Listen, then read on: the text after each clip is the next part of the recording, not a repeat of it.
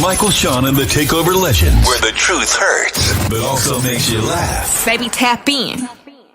Tap in. Don't never stop if you want to be on top. Yeah. Low waist, fat, baby, tap in. Oh, I'm gonna tap in for sure. Tap in. Yeah.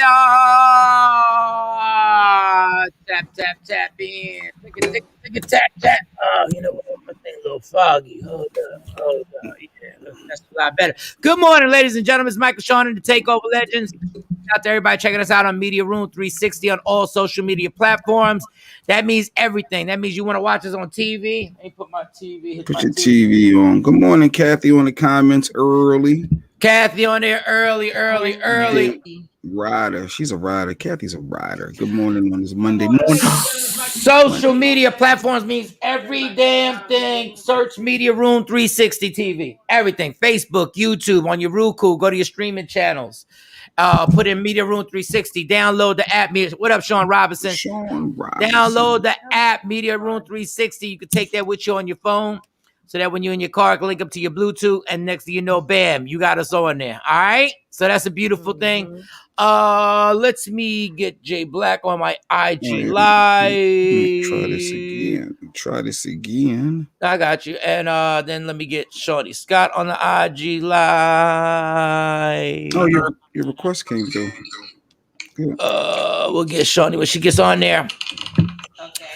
Shawn Robinson there, Mr. Workaholic. Shawn Robinson's in there. I am Shelly. What's good? Shelly Lance was there. What's good there? Mama, how's everything going? Good morning to you. Happy Monday, Mother Evan morning. All right, good morning. How was your weekend there, Jay Blizzy, Jay Black? Let's get to that. No, rough weekend, man. Football is an emotional sport. And sometimes with football and fantasy football and betting, it can really ruin a lot. Let me write that down. Betting. It can really ruin a lot. And I didn't have a good weekend. I look forward to Sundays. Actually, I look forward to even Saturdays. I'll be betting on college football too. And it just wasn't a good weekend for me. And it kind of kills your mood. And I probably shouldn't even be betting, because if it's going to affect me to that point, I probably shouldn't be doing it. I feel like them commercials, if you know someone that has a problem with gambling, I think I'm starting to develop a problem. And you do have a problem with gambling. You do have. Go Ravens, shout to Lamar Jackson. We'll talk about that. I love watching Lamar Jackson play football. I really do love Lamar Jackson. May not, man, listen, we'll talk about that later. But you do have a problem gambling because, number one, you can never, this is the one thing that nobody will ever believe because they've never been around Jay gambling. He is like me. He just can't have one. He's like me with my drinking, Shawnee. He just can't have one. See, I'm a slow flow guy when it comes to gambling. Slow flows, remarkable. I slow flow it when I get something that I feel is a niche in gambling, which is these prop bets. I slow flow it. So when I tell myself a weekend of football is coming, I say I have $50 I can bet. Now, if I want to break those $50 into small bets, that's what I do. If I want to throw $50 on one bet, that's what I'm going to do. If I tell myself I have $122 that I have won, so that's all I have to bet. That's all I'm betting. Yeah, you had a cutoff point. Okay. I'm not putting that else. That's all their money. I'm betting with their money. Queen. I won that money. It's in my balance. Now, Jay wants to dibble and dabble. Jay will start off with a plan. We're talking about Jay Black and his gambling problem. He'll start off with a plan, right? We got a niche. They're called prop bets. Now, prop bets are specific bets where you say a quarterback will throw over 200 yards or under 200 yards. That's a simple bet. Simple, easy. That's one easy one. We're in a passing league. Unless an injury happens, which did this weekend, a lot happened. That's a simple bet. But then Jay goes, well, I'm going to bet the prop bet. I'm going to bet the spread. I'm not going to get into the bet. I'm going to bet the over-under. Other prop bets. Yeah. I'm going to bet who's going to score first in the game, who's going to score first in the second half, who's going to... What he does is he does the same tactic that he does when he plays roulette. When you bet the numbers, I bet black or red. That's all. I don't play with them numbers. I bet black or red, and I'm not gonna win big. I might. The most I've ever. No, one time I did win big, but that was once in my life. Every other time, I win $200, $250. But you know what that does in Atlantic City or Vegas? That pays for my food for that night. It'll cover those. Okay, it'll cover those expenses. So the night was free. I learned that from my dad. And my dad, once my dad wins, my dad says, "Listen, y'all, I will pay for dinners. I will pay for." My dad he's always good for winning like 1,500. He's always good for winning 1,000 in Atlantic City or Vegas. And then he cuts it off. He walks away and says, "All right, I'm gonna let y'all gamble. Then when y'all get done, I'm gonna pay for the rest of the night, and nothing's coming out my pocket." Jay Black sound like he'll bet his firstborn child if he needs it. No, he'll bet. If there was a bet, if he was having another child, if there was a bet between boy or girl, but you couldn't have an ultrasound, he would bet. Because you got a 50-50 chance of winning. That's true. But then they would say, but there's also a bet on how much the baby's going to weigh. More than 5 pounds, less than 3, and then he'd bet that. 7.5 to 8, yeah. Then about 7.5 pounds, 8 pounds. It's about the average. So yeah, I would be in that mix. And then they put in another bet. What color eyes will the child have? Now he's betting the color eyes his child's gonna have. Gotta be brown. If it ain't brown, I need a DNA test. Something ain't right. Yeah, so yeah. Dimples. Maybe have dimples. No, he can have black. He can just have straight black eyes. He can just have people got black people. They really got black or gray eyes. It can just be something. Hey, Mo. I'm seeing comments that Kathy said the curses, the Ravens. I was so frustrated with football. I stopped watching even the Ravens and Chiefs yesterday. I was just so mad. You missed another amazing game. I was like, okay, this game is over. I don't have Tyreek Hill and nothing. I done bet money on this. I was so mad. I didn't even watch the rest of the game. The Ravens won. They broke the curse. Yes, they broke the curse, and the way they broke it was amazing. Nah, I'm mad. See, this is where I'm telling you. And couldn't enjoy a good game because I was so frustrated with football. I wasn't even able to place my bets yesterday because my phone is now located in Texas. So your phone? No. I'm in Texas.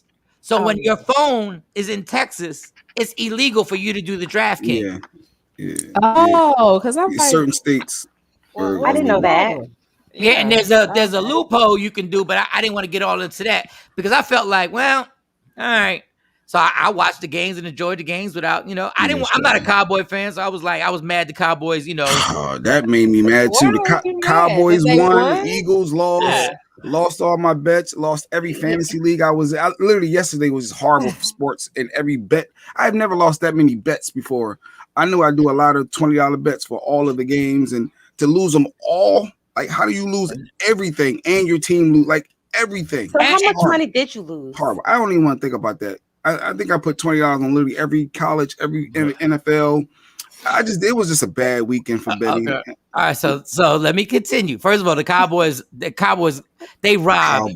They robbed the Chargers. That was one of the most disgusting calls I've ever seen in my life. But I won't even get into that because I was just like, I can't even believe Tony Romo and them guys was just like, it was a bad call. It was outrageously bad. That they called a call that doesn't even exist. The quarterback for the Chargers, they're on the 3-yard line. They scored touchdown. Okay, they say illegal shift. So the ball goes back like 5 yards. So they go again. And now the guy fades back. He's fading back. He goes back like 13 yards. He's pump faking. He's looking around. Then when the guy goes to grab, the Cowboy player goes to grab him, he throws the ball away. Well, they literally called it a sack because the guy touched him and grabbed him. And y'all seen football where you see quarterbacks make crazy plays before they're down, before they're tackled, and before they're in the grass. No, he wasn't in the grass. The same ball he threw, if somebody would have caught it, they would have called it a completion. Anyway, that's beside the point. The point is, once the game is over, I'm no longer invested. I make a rule. 10 minutes after the game, I'm done. The Giants lost to the Washington football team in a tragic loss. We won the game. 10 minutes afterwards, I have a rule. It's over. I'm done. You know why? And I'm going to say this again. Me and Jay Black have partied with these players after they lose. Yeah. They are fine. Fine. They are fine. Completely. After a loss. Yes. They are posted up. They are popping bottles. Yes. They are rock. And when I saw that, I said, why am I wasting? Yep. Why am I So so let me tell you. Okay. Let me get to the ladies let me do this because I want to focus on y'all two ladies. I want to give y'all time to. So when I woke up, I realized I went to place my bets, and in my mind, I had a sure thing. In my mind, I had 2 bets. That was I was going to get 50 each. I had a sure thing. I had I'm going to just give you one bet. Andy Dalton from the Chicago Bears. All he had to do was throw for over 219 yards. He's playing his former team. That is nothing. I got $50 on that. I go to my phone and I place the bet, and this warning comes up. Unfortunately, you are not allowed to place this bet. So I had 2 bets. I had that bet, and I had the New Orleans Saints were going to beat the Carolina Panthers easy by 3 points. Easy. I said, this is good. So it says I can't place the bet. So I'm a little irritated. I called Jay Black because I'm going to cash at Jay Black the money. Oh, so I can place it for you? So he can place the bet for me, right? Jay Black does something he never does. He doesn't answer his phone.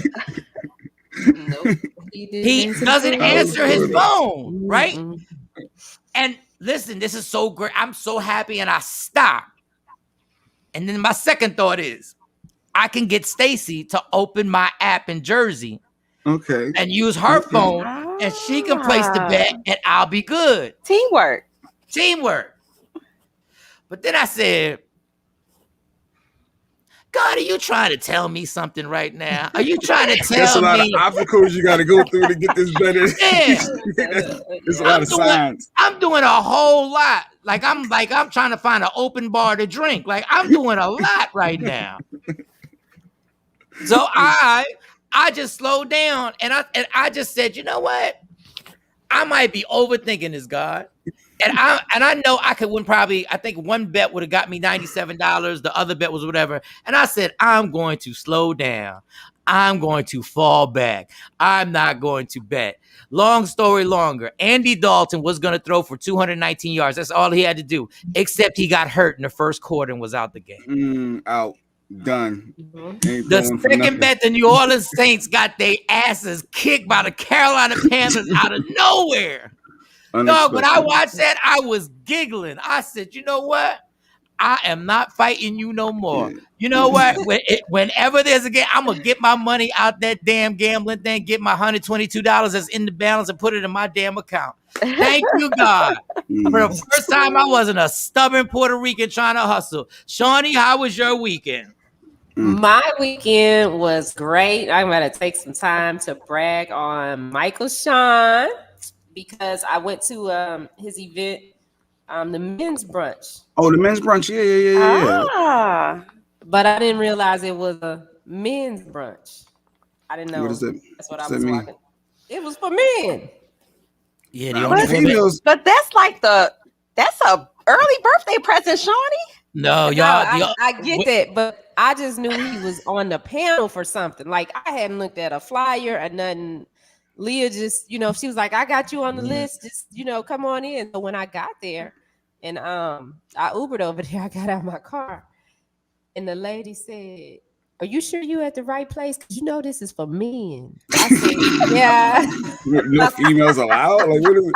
The secret society? Like, what's going on? I said, yeah, I'm here to support Michael Shawn. And come to find out, it was Jade, the lady that was on the show. Yeah, that's Friday. So it was her, and we figured out. She was like, "Oh yeah." I said, "Yeah, I have to leave, take my kids." But anyway, Mike talked all that noise last Friday. I ain't wearing no blazer. They just gonna get me how they get me off the plane. I hate it. I did not download the picture so I could show y'all. Mike looked so nice in his gray blazer and his black shirt and his black jeans, and he over there trying to be modest now. And then he had these fly glasses on. He tried to say, I had these glasses. I did. Mike looked so clean. If you go to his Instagram, he has a picture of himself on the 360 out there. I didn't get to do that. But he sat on the panel with some other amazing guys. And Mike really shined. Like, he did his thing. He was talking that talk. He was inspiring. Yeah, he got into his feelings a little bit about the entertainment industry, and he kind of turned into Shawn and the Takeover Legends, and I was proud of him because he should speak his truth, no matter what it Thank is. you. So Amazing. we got to clap it up for Mike. I see Shawn Robinson said he was rocking that blazer, so yeah, he saw the photos as well on IG. Mike was looking nice on that grown man ish. Jay. Yeah, but then when it was time to go, I'm looking for Mike, right? We walk outside and there's this big crowd on the other side. Mike is so nosy. I'm thinking we walk into the car. No, we don't walk over there to see what these other people. No, they got a function. No, they got a straight function going on. Thank you, Shelly. And when we walk outside, I said, I know how many people were in our event. I said, why are these cars and why they going? And I ain't got nothing else to do. Ain't got Ain't nowhere to be. I ain't got nowhere to be. I got these wedges on in this gravel concrete. We walking. I said, "Oh, we really walked over here just to see what they was doing." Yeah. No, they did, and it was a trap. It was a trap wine tasting. Oh, nice. First of all, what the hell does anything trap have to do with wine? They play trap music and they do wine pairing. I know, I understand that, but trap ain't got no roots to wine. Trap music got roots to brown liquor, weed, and other activities. Kind of trap classy. Yeah, I was like, y'all taking this too far with this trap, whatever. Thank you, Shelly. They said you can't hear Shawn. I can't hear Shani on IG. Can you hear her now? You can't hear me? Oh, you know what? Because the mic is off now. There we go. Okay. That's all right, Jay. As we were walking to the car, the officer is out there. There's a police officer there in his car, and we all of a sudden, me, Leah, and Mike hear this, and then over the little speaker, the man says, "Michael Shawn." No, he did. What is this? I said, what we doing? Then I knew the guy. It wasn't funny at first, but I knew the guy. What were they serving at the trap wine? Ripple? Yeah. Ripple. I don't know what they was. Ripple. You really now you going to a trap wine tasting. Ain't nobody like letting that thing go around their taste buds and talking about I feel lemon and all this other stuff. But dog, Jay, you would love this black man brunch, and I'm coming to you, Mo. This black man brunch. Number one, they invited me to this black man brunch to celebrate black people. Mm-hmm.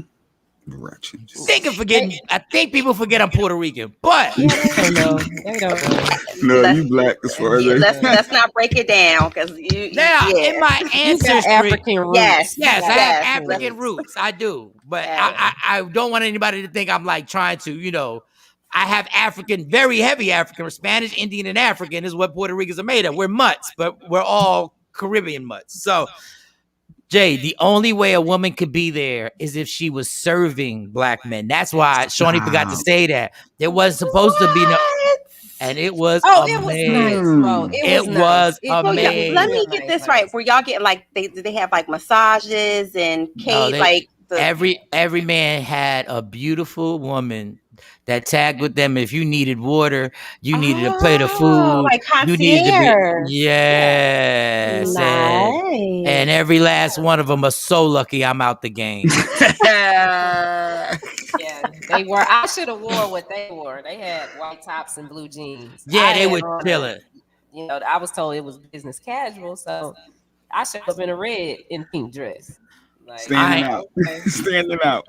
I ain't look at none of them women directly in the eye. I was like, They're like, you need something? I said, just water. With some lemon, please. But let me tell you the irony about black women. Black women are the best ever, man. Y'all are effing hilarious. So this is only woman there who could be there. It was supposed to be people who were serving and helping, cater to us, and this is supposed to be all in honor of black men and everything. And then somehow or another, this whole function, black men are still being told what to do by black women. I'm like, wait a second, this is hold up. They still running. There was an auntie there that was just running stuff, and she was doing her job, but she was like, you gotta stand over here, dude. I was like, wait a minute, and I wanted to joke so bad. I'm like, hold on. You don't tell me what to do when we're here. I I tell you what to do, It says Auntie. men's brunch. It's a man's brunch. It don't say no. But it was a great event. Shout out to Jay, she did her thing. Shout out to Leah, she did her thing. The brunch was great. I almost missed the flight. Whole nother story, because I'm sometimes I'm a dumbass sometimes. Like, I just like, and I know you're supposed to watch how you talk to yourself. They always tell you watch the words you use when you're talking to yourself. But some days I just be like, what was I thinking? But anyway, Mo, the reason why I saved you for last, because it wasn't a weekend. We can't just ask you how your weekend was. Oh, yeah. Mo went on a trip for her birthday. Yes. Amazing. And she met somebody there. And amazing. So she was glowing. She stopped in on the show just for a hot minute. And I felt like maybe she had just finished sexual activity. Like, I felt like it might have just happened. I felt like she had just handed somebody a wash rag. Like, I felt somebody. Wash rag. Wipe me down. Washing royal penises. So first of all, you can now say where exactly you went. Where did you go? So yes, I went to Breathless Resort. It's an adult resort, no children allowed, and they share the property with Secret. So you bounce. That's a great segue. Go ahead. Go ahead. You bounce back and forth between two properties, and it was nice. There weren't a lot of people there, so it was real nice. Oh, that's better. You could get nice out in the open. So Jay Black, that would have been your twist. You would have been loving it. Did people have clothes on there? Barely. So it was optional. You could be on the beach with no clothes on. Well, no. I mean, they had clothes on. I don't know if it was like a nude beach per se, but people had on scant like clothing, if you want to call it clothing. Right. Men had their bodies out, like it was the summer body, winter body, fall body, in between body. It was out. Right. Yeah. Was that so? What they had on, like Speedos? I mean, what did they have? Some had Speedos. Okay. Some were hidden because the gut was out. But I appreciate it because everybody was just like, who want it? Who cares? Who want it? Yeah. Speedos I have wore Speedos because I was on a swim team. They were uncomfortable. But I was a kid. Yeah, and I think that if you've worn it like you, Michael Shawn, you wore early on in your life, I think that men are more comfortable if they've always worn them versus if they try to start wearing them now and they gotta adjust the family jewels and it just doesn't feel right. So I've been told. And I got, like, for me, like, even like I gotta wax everything because I'm a hairy bastard. Everything got to be waxed to me. I got to be waxed down. So that's the funny thing because there were plenty of people who I was like, did you forget where you was going? Women included. Oh, wow. I was I was like, girl, here, under here, and down there. Yeah, some people are cool with the bush out. Yeah. I am good on the 1970s porn scene. Like, yeah. Mm-mm. Too much hair in your chocha, shave it off. Hey, listen. Paul said, I am on team Speedo. No Speedo.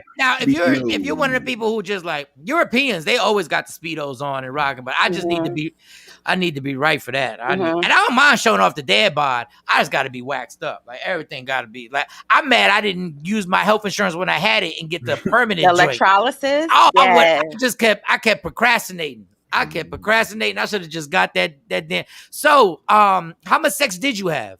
Oh wow! How much sex did you have? Really? Like on a scale of 1 to 10. How many triple shots did you have? Like, were there any swellings? What'd you say? Was there any swelling? I lost count. You said were there any swelling? Was there any swelling? She has been on the shelf for quite some time. Yeah. She's been well preserved and Nice. That's very we approve that vitamin D. Yes. Well, and how are the gifts? How were the gifts that you received? Were the gifts up to par? Or do you not want to talk about that? I I got gifts that I think that will last a lifetime. gifts. That will last a lifetime. I'm just saying, like, the experience. I'll never forget this birthday ever. So long as I live. That's what you So walked in on, long Tam Tam. as I Mo giving us the recap. live. How many triple shots she had? I mean, I told y'all when I first got there, the driver was like, you want smoke? I was like, yes, please. Wow, that's nice. Jamaica. Took me to the hood. He's like, give me $60. I was like, $60. $60. He came back with enough for all of us to probably be nice all week. I went to the I went to Jamaica like 15, no, it was even more than that years ago. And I smoked in Jamaica and I was stuck in a bed for like 15 hours. I wouldn't move out the bed. I don't know what kind you had. Stacey's my witness, dog. When I smoked under a waterfall, and by the time I got to the elevator, the numbers on the elevator, like I was so, and then it went from being fascinated to literally being paranoid till I laid in the bed. I said, Stacey, you can't leave me. Wait. And she was like, she said, I got to get something to eat. I said, don't leave me. I was hugging this bed. Like I was sweating and hugging. I don't know what weed I smoked. All I know is I kept reaching my foot out to make sure Stacey was still in the bed. I think Stacey did leave the bed. Yeah, it wasn't no nice social weed. It wasn't. No, you smoked something that was not because the stuff that we had was like really like you was nice. Yeah. But you could still go get some jerk chicken and chill. You didn't fall into like a deep comatose sleep, which was I was worried about that. But like it was. No, I was gonna jump off the balcony. Like it was a whole nother level of weed. I don't know what strand I got. But yeah, all right. So that was good. So you had a good week. Yes. A good week. Yes. Now you're back. And all right.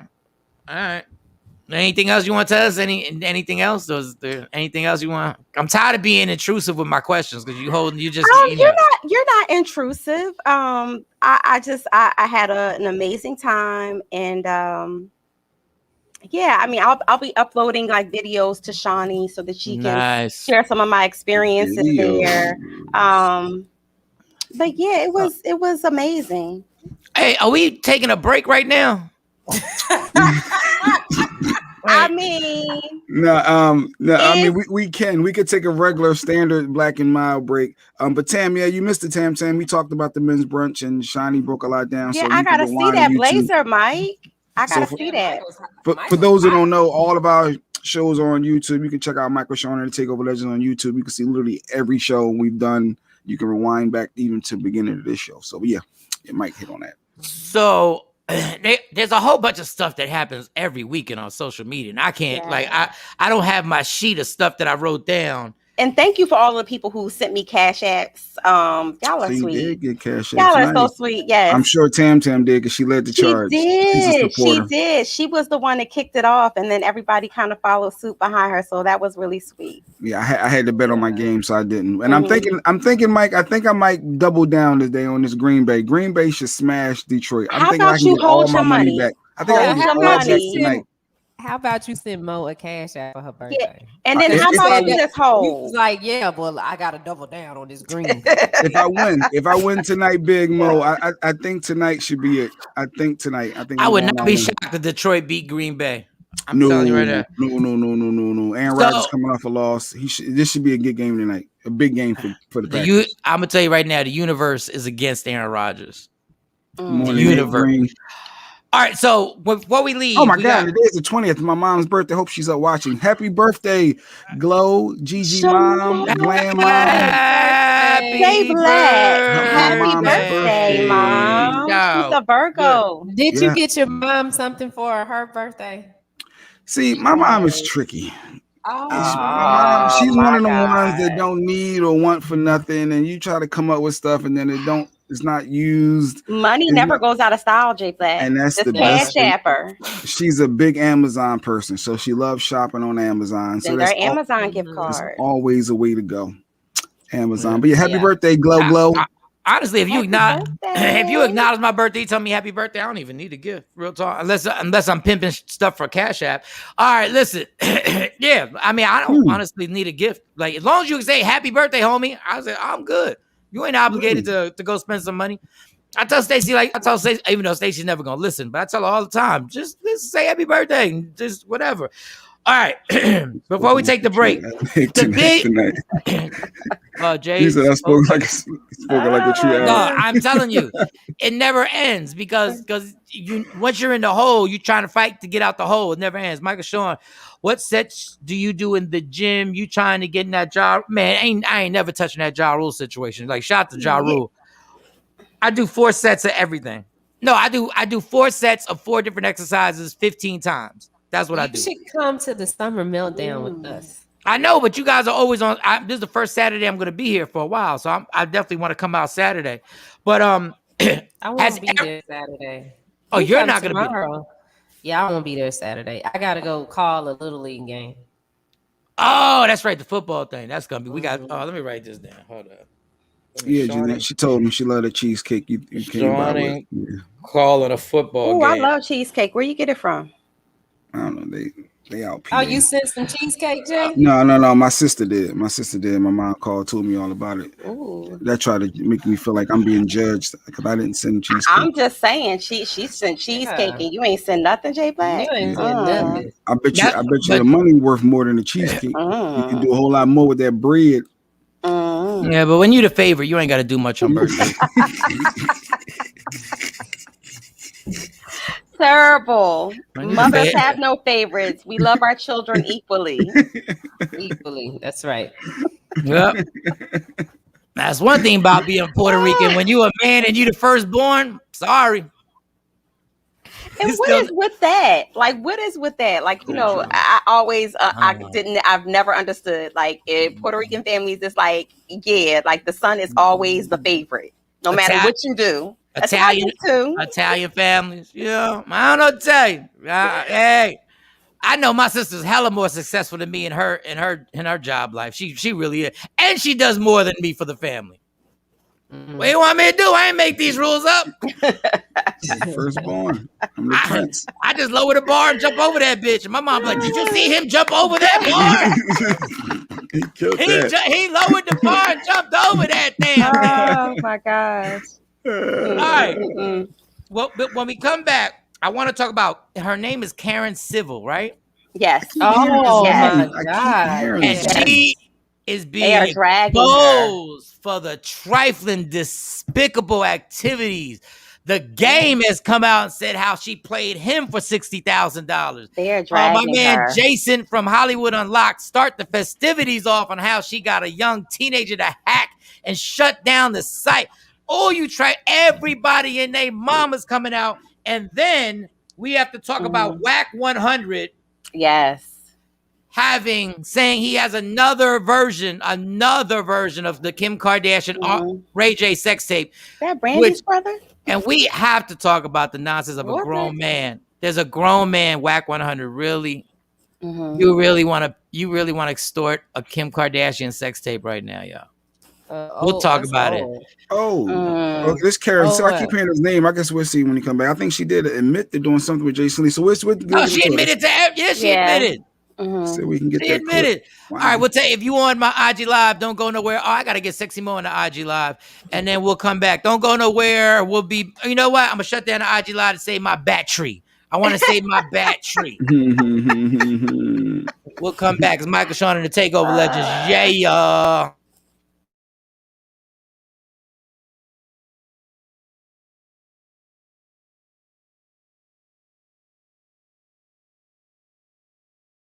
What up, y'all? It's Michael Shawn from Michael Shawn and the Takeover Legends. And just in case you missed the show, check this out. So everybody thinks talent is this guy, this jolly guy that just like, it's all good. You could say whatever you want to him. Until one night I saw him at a comedy club. And I'm not going to bring up the comedian, but somebody forgot talent was 6'6". And said something crazy, and nobody realizes I saw talent leave the comedy club and chase this dude down. I'm not saying no. Wow. I'm not saying no names. That's okay. I choked him too. You can say it. Front. No. can you please tell the story on why you rushed out? First of all, it was one of those nights where the radio hosted a midweek show at Caroline's on Broadway. And then out of nowhere, I watched him segue into my bit. Totally stole my shit. I'm like, so I can't sit through this. Now I'm like, I go out in the lobby trying to figure out, how do I approach him? Do I approach him? So when he comes out, he finishes, I approach him politely. I'm like, hey, bro, what's up? Good set. And I shook his hand. And while I shook his hand, I'm holding his hand. I said, hey, but let me ask you a question. Like, how you going to just steal my whole bit? And he looked at me and he said, what bit? So when I said what it was, he said the dumbest shit you could say when somebody approach you like that. I said, the bit with the blah, blah, blah. He went, oh, no, I stole that from somebody else. And I said, yeah. And then he did like this because I'm still holding his hand. He did like this show for me. So he's getting loud, takes his shirt off, security's coming over. So I smoothly go to the bar so they don't know it's me because I don't want to ruin my whole little connection with the club. Right. So I'm just going to watch him. When he left, I left. I went around the corner, bro, pushed him down the little train thing, and I was trying to get him to fight me, but he wouldn't fight me. So I got frustrated. I just started choking the shit out. I just started. And if it wasn't for a couple of comedians passing by, it was the funniest thing because you choke somebody. They start peeling one finger at a time. Get off him. Get off. Search Media Room 360 on all streaming platforms. Michael, Shawn, and the Takeover Legends. Yeah. Don't never stop if you want to be on top. Yeah. Low waist, fat, baby, tap in. Oh, I'm going to tap in for sure. Tap in.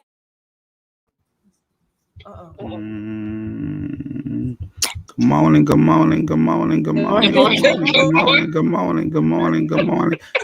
Back a little early, people. We'll be right back. Give us a minute.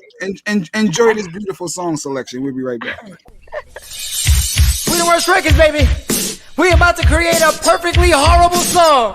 Y'all know I've been in the gym, and now all I wear is tight shirts, tight shirts, tight shirts, tight shirts, tight shirts. Yes, I do. Michael Shawn wears tight shirts every day. I wear tight shirts because I'm working out some. And if I wear the right size, you won't see none of my little cuts in my arms or whatever. Short sleeve tight shirts in any type of weather. People talking trans when they see me in the street. Your shirt's so tight, we can see your heartbeat. Man, clown me if you want, I'm sticking to my guns. And when December comes, it's gonna be fun. You can crack jokes and treat me like a jerk, but one day you'll see my six-pack right through my shirt. And even if I wanted to, I just can't stop. I just might rock an Ezekiel crop top. Whoa. What? Did I take it too far? What? Yes. Whatever. Tight shirts in the morning at work and when I grieve. I even wear tight pajama tops when I sleep. Tight shirts. Tight shirts. Yeah. Tight shirts. Come on. Tight shirts. Come on. Tight shirts. Come on. Tight shirts. Every day. Mike Shawn wears tight shirts. To the gym or wherever. tight shirts. Tight shirts, tight shirts, tight shirts, tight shirts, Michael Shawn and We the Worst Records, Pluto, Aristotle, and P Skills have just destroyed or created another perfectly horrible song. Yeah. Check out the next single, Grown Man Wearing Skinny Jeans.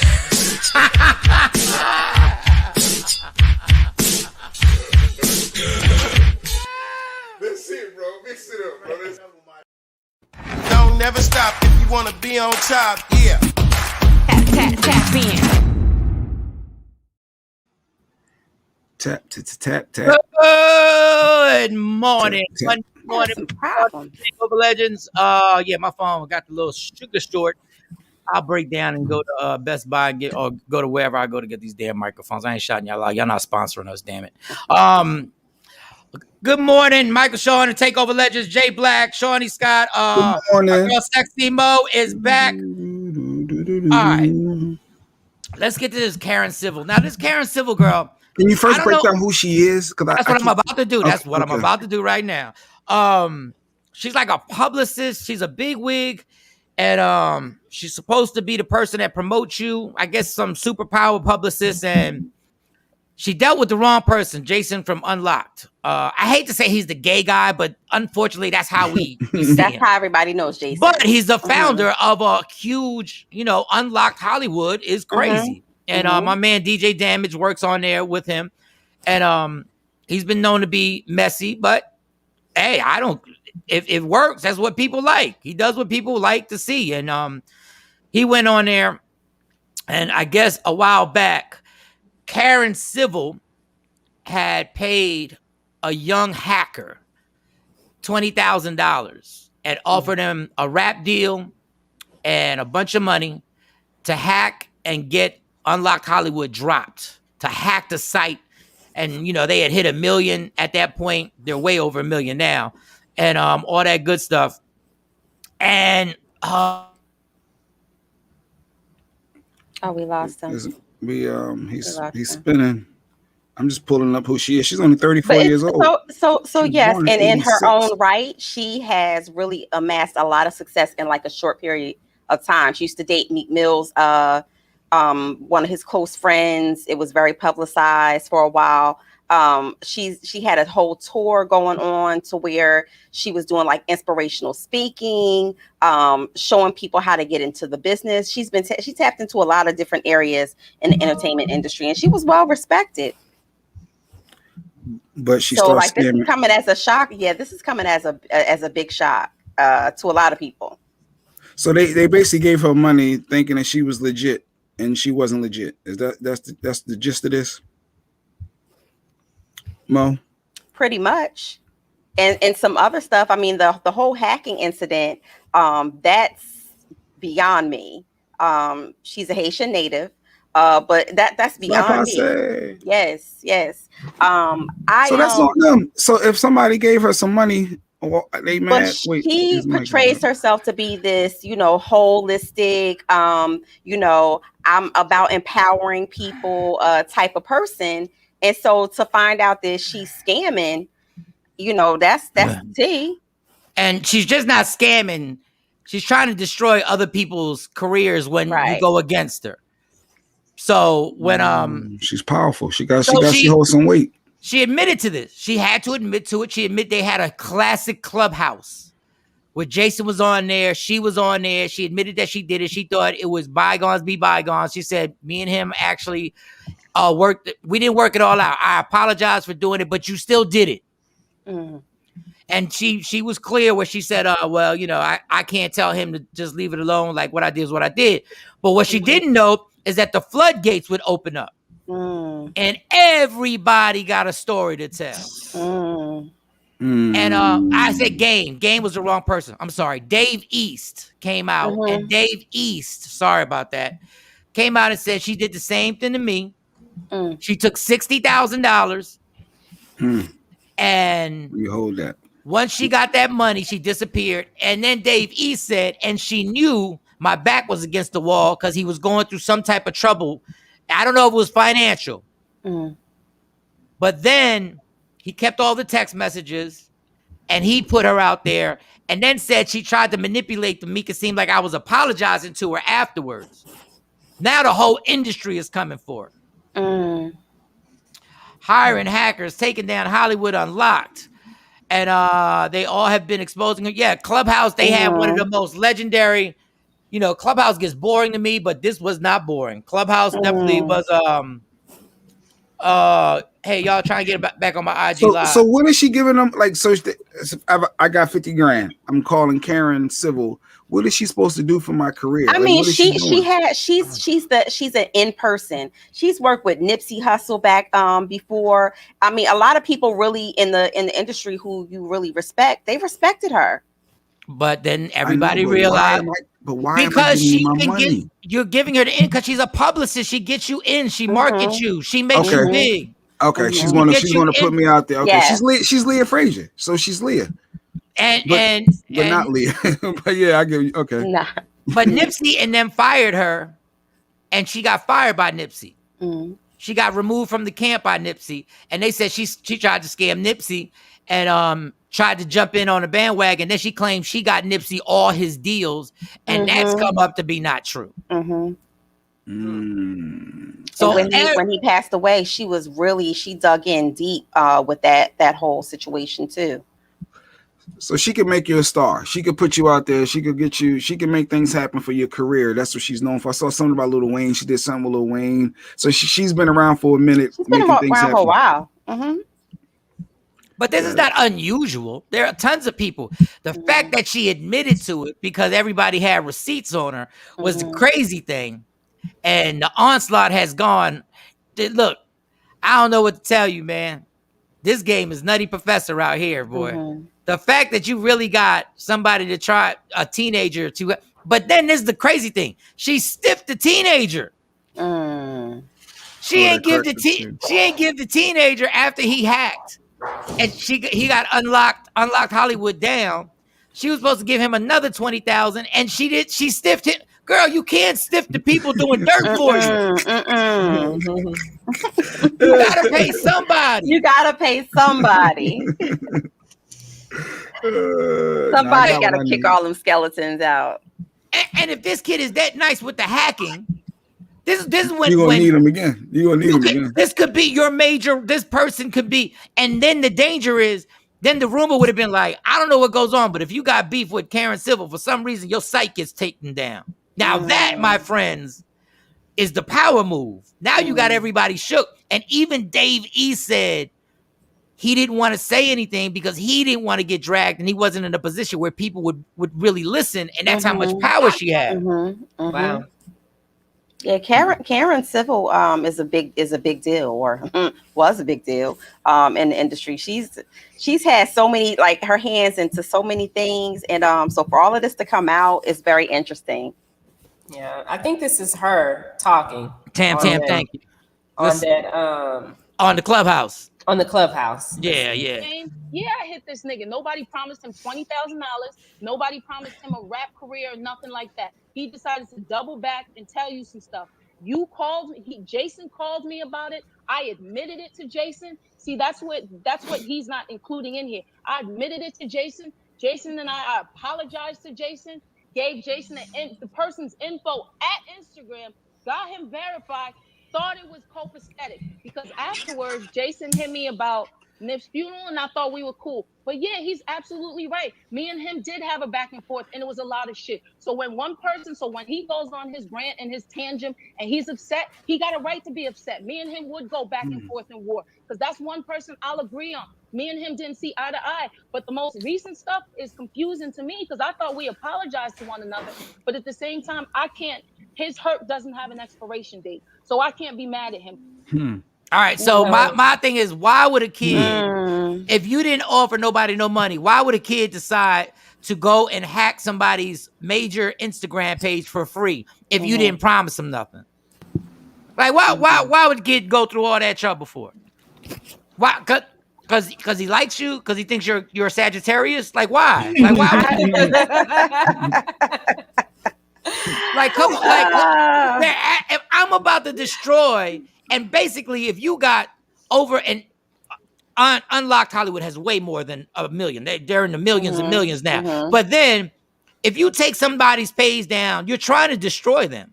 Right. Why would this kid take part in this just for the hell of it if he's not offered anything? The word was that she said, you got $20,000, get you a rap career, and then I'm going to give you 20 more thousand. And once he did it, she never hit him with the 20,000 again, the extra 20,000. And my thing is, this is exactly what you did to Dave East.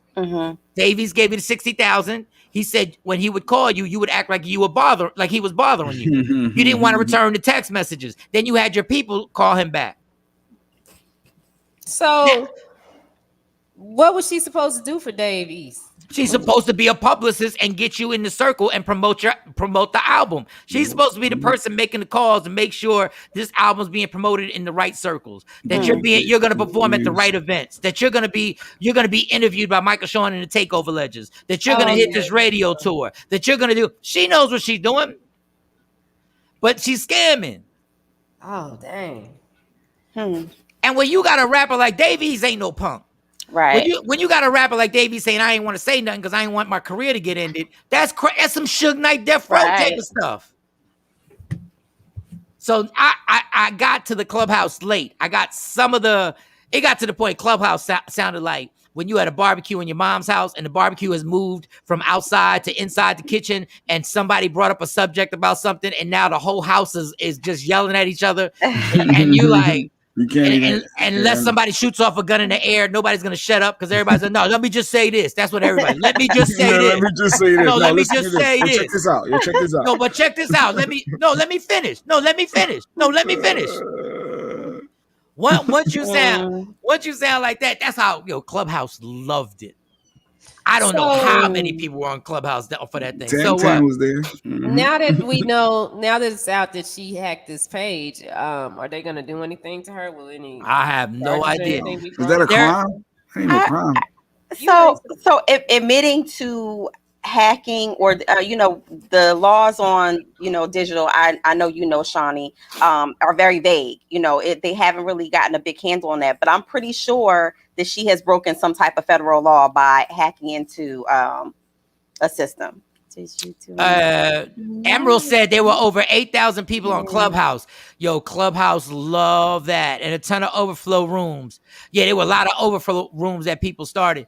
But my thing with Karen, if you signed a contract with her, now you can sue if she didn't live up to the contract. She didn't live up, she got to get your bread back. That's what I want to see, because I want to know if she actually delivered on what she said she was going to do, but because maybe it didn't prove to be successful enough for the people who she took the money from, was that like the major issue? It was a whole bunch. If it's a contract, if it's contract, and let's be clear, hacking's illegal. Hacking is definitely illegal. You don't need any vagueness. If somebody got into your page, she's gonna get a little fine. No, that's a federal offense. But when you sign a promotion deal, because that's how I'm hearing it, is like this was a promotion deal. Like, so the record reps have a promotion deal. Their job is to get the song played on the air. No, she had it directly with the artist, not the record reps. She had it directly with the artist. Yeah. I'm just saying that this is how it's making sense to me.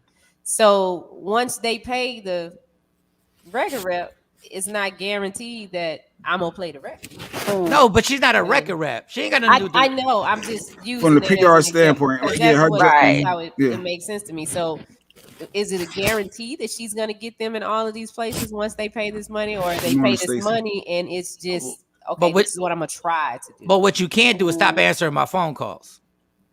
After you take my money. You can't stop answering my phone calls. So you gotta play it off, right? You gotta at least, and then to what extent? You know what I mean? Like, to how long was they supposed to have this relationship or this working relationship? So yeah, I would like to see what the contract looks like. She already knows. She's already in apology mode. She's on the apology tour. She's apologizing. I think that's more so to save face than anything. To save face in the industry. And she better be happy. And I'm just giving y'all facts. She better be happy this ain't the early 2000s and you did this. You better be happy that people in 2021 have gone to a point where dragging you in front of the social media is a big deal. Because if this would happen in the early 2000s, somebody would have seen you. She was supposed to build a playground for some kids in Haiti too. Yeah, and kept telling them that she was bringing a $20,000 check. Only gave them $1,500. The people paid for her to fly in and all this stuff, and all she showed up with was $1,500. Then she took their press deck and changed it and put all of her company's name on it to shop to get the money. But the kids still ain't got their playground in Haiti. They ain't got no seesaw. They ain't got no not the seesaw. They playground. They ain't got sandbox. They ain't got nothing. Not one slide. They ain't got a slide. And when they called, she say, "Well, I'll have my people work on this. We're working on this." Poor kids in Haiti had an Instagram account that got taken down. You trifling heifer. It's unfortunate because a lot of Black women, especially the young ones, really looked up to like how she was moving and shaking in the industry. You always saw Karen Civil's name out there. She was always in heard the name, something. Yes. But let's be clear. This From is her the book business. deal to well, yeah, it is the business. This is the business, y'all. This is the business. That's and why she capitalized off of it. If one more PR person comes up to me and says, I do public relations, thank God bless you. God bless you. Yeah, we rocking with anybody's Leah Frazier. Yeah, God bless. I've had more publicists than fake agents and Mike, let us promote your relapse again, Mike. We can get. I know it's on YouTube, Mike, but let me get 50,000. Right, I'm gonna get you on the Steve. I'm gonna get you on all these talk shows, TV shows. I'm gonna get you with Dr. Phil. I'm gonna get you on with Dr. Phil. And Mike, just give me this 50 grand. I'm gonna make this happen. All you artists, if a person wants to be your agent, it's not part of an agency. Just give them a trial run. Say, I'm not paying you nothing. Just book me. Well, she had her own agency. She had her own. She is her own brand. The living, living civil. All she has her hand in a lot of stuff. But I'm just saying, if they come up to you, tell them, let's do a trial run. I'll give you 4 months. Book me and show me what positions you're gonna put me in. Whatever you get me, I will give you a portion. Whatever you get me, you go. But don't ask me for my contacts. Don't, because I can call my contacts myself. I've had people say, "Yo, I want to manage you. Yo, give me the contacts that you got, and I'll talk to them." Well, why wouldn't I just make the phone call then? Right. I can hook you up with Bill Bellamy. Just let me get the number. Let me get the number. Whenever I've done that, I don't charge the people up front unless I have to provide a service. Like if I got to build a deck or build a website, I'll charge them for that. But I just take 20% off everything I book. Shawnee booked me for a gig. She said, I'm going to book you for a gig. I didn't pay her to book me for the gig. She took a portion out the gig. I said, whatever you make, go get it. Right. We ain't even got you got to do the work. I said, go get it. And then I'll come through and I'll do my thing. Like, I love everybody want to be, dog, give me my I could give Jay Black the context and he can make the calls for me. Right. And I ain't even got to worry about and I don't even have to worry about what he said. Right. I ain't got to worry about or what he gonna go back and do afterwards. Or he's just gonna try to set a situation up for himself. I ain't got to worry about maybe you trying to sell crack at the event. And I don't know. You're just using my event so that you got a side hustle. Nah, Jay gonna be gambling at the event. He might be gambling. He might be gambling at the event. Super highlighted that Kevin Hart and his manager still aren't on paper. There's no paper contract. You know, they've been rocking and riding with each other. It's all good until it's not. And that's all I'm going to say. That's about business. It's all good until it's not. No, I don't. Kevin Hart and his manager are never going to have paperwork. First of all, when you make somebody filthy rich and you get filthy rich, no, we good. Now, I wouldn't advise people not to sign contracts, but that's a different situation. They've known each other for everything. Surviving Karen Civil. But you know, this is the screwy situation. There are tons of, because she got so successful, there are tons of dudes doing the same thing. But sweetie, this is what I don't understand about scammers. This is what I really don't understand this about scammers. I don't understand this about drug dealers. There's a point where you're making money. So let's just say you got on and you got money. Why not be legit from that moment on and just do the goddamn work? Like, I've never understood if you watch like El Chapo documentaries on El Chapo and Pablo Escobar. There's American a point greed. Or American greed. There's a point where they have so much money that the hardest problem is they can't fit money anywhere else. They can't do it. They have to burn money.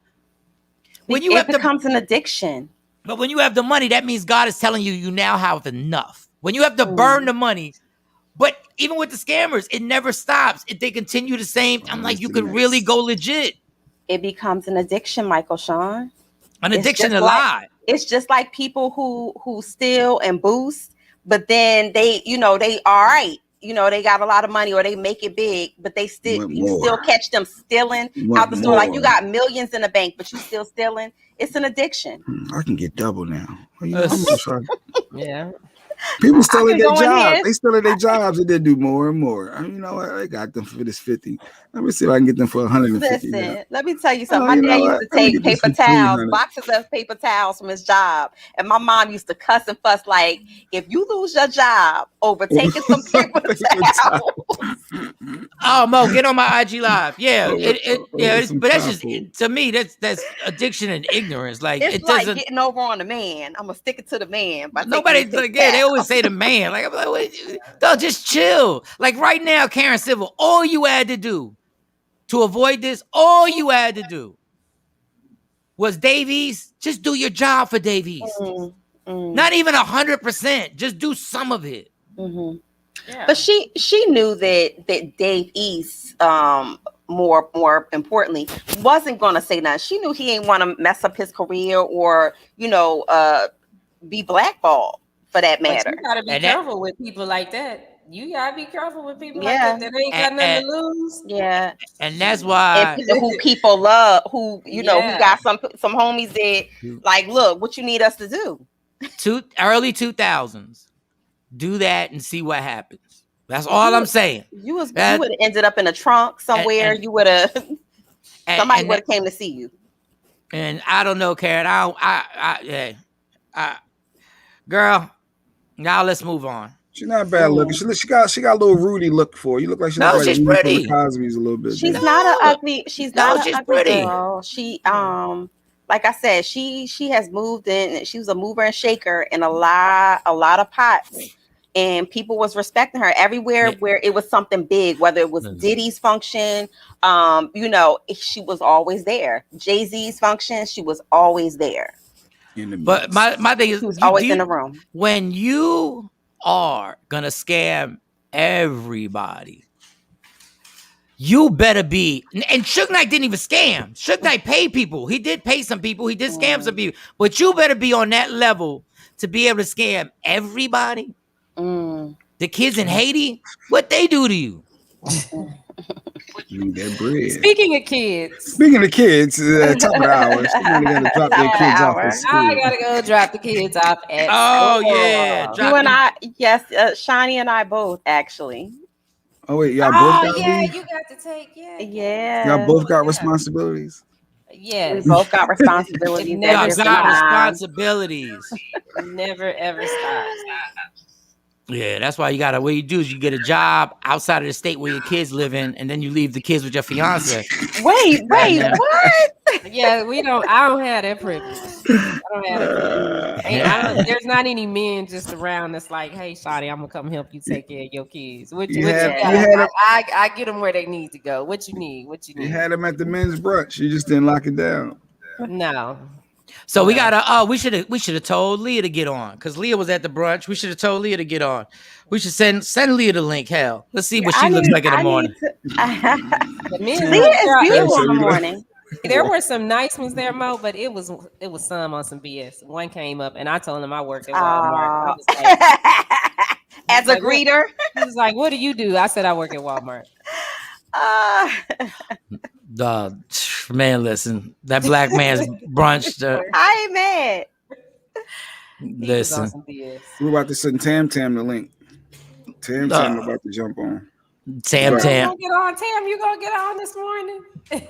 we got our financial expert coming on in about 20 minutes. And I'll be departing when the financial guru comes on, and I actually need to speak to him. All right. Well, let's get to whack. Shawnee, we'll see you in like an hour and a half. Shawnee's out. All right. Let's get to Whack 100 and why Whack 100 is doing this, and I don't understand why. I don't get Whack 100's point of what happened to Jay Black. I stepped out to see about a clip. For those who don't know who Whack 100 is, Mike. Whack 100. Does anybody know what Whack 100? Who Whack 100? What he does? He's just Whack 100. He's just. I thought he was a manager though. He's a manager. He's a manager. He's a strong man. He's the muscle. He's always around. He's always around. He's cool with Ray J. Man, Whack 100 is what. Like when people are on social media now, I don't even know what Whack 100 his prior his official job title. I thought it was the manager for Game, but let's see. Maybe he was. Who knows? All I know is that he was on a podcast and he said he has a part 2 to Kim Kardashian's sex tape, and he said it's more explicit, but he won't release it under whatever circumstances He wouldn't want to do that to Kanye or under certain. But now it's just started to sound like extortion. And so the crazy thing about that, Mike, though, is of course Kanye's lawyers and all of them they done got involved. But Ray J, all he said was, "Man, that ain't cool," but he didn't deny it. No, it exists. We know it exists. But my thing is, Whack 100 got to be 50. Like, why are you? I don't get what this. Allegedly 43. I do not even look understand. a lot older than that. What is I don't get what the point is. Is this a money thing? Are you trying to extort them and get money from? Because this is really kind of corny to me. Relevancy. So he was like, maybe he'll get the tape back to Ray J. What is he talking about? That this tape again, and there's a part. So you basically want to humiliate this woman. That's and put the tape out there, or you want to. I don't get how this is manly. Mm-hmm. I don't get how this is. That's all I'm saying. I don't get how this is manly to sit there and try and threaten a woman that you have a sex tape of her and Ray. And even with Ray J's a married man. Right. Ray J don't want no smoke no more. Ray J's doing fine. All he wanted to do was ride that scooter and make headphones. That's it. And be on reality shows. Scooty bike. Like that's all you want to. Like in hindsight, the sex tape did everything it was supposed to do for Ray J and Kim. And Kim, yeah. Mm-hmm. And Kim took it to the outer limits of space. Like she took that. But I will say this. If Karen Civil can have people hacked and taken off of social media. Oh, man. Kris Jenner may not be the one to play with. And Kanye may not be the one to play with. Just on legal situation. So everybody talks that street stuff. I'll do this to you. There's nothing more powerful than somebody with a lot of money and influence in the law system. In the court system. And don't forget, she learned from the best. She was married to what's his name? Rob Kardashian, who got OJ off. I mean, ultimately. And when I just don't get what is the point? Why aren't people like, dog, why would you try and go at this woman? Is it because the black community is like she's not black, so ain't nobody ain't because she ain't black, women are like, well, just let her got black in her. Yeah, I mean, so she got black in her. I don't get it. Like, I don't understand how this is so easily pushed to the side and you bullying a chick. Like, I don't know. It has to be money. It has to be about some money and trying to either get a bag or he's chasing clout, one or the other. Or Kim K's lawyer already spoke out, said there's no such thing as no another tape out there. So that the lawyers are involved now. So I'm pretty sure they're gonna shut it down. Or you got to produce a clip, produce this unseen clip, let them see it. I think that there is one. I think that just by Ray J's comment of, "Oh, that ain't cool, man," but he didn't say there's definitely not another sex tape out there. He never said anything like that. That is not the only tape that was made that night. Right. There was like they popped maybe 2 or 3 tapes in there. That wasn't the only night they made a tape. Number one, that was just the one where the idea came up and said, "Yo, I'm a sell." There were tapes before this. Trust me, I own the palm quarter. Not the palm quarter. Back then, that's what they were. I own the palm quarter. Oh man. I know there is a tape out there. I just don't understand why.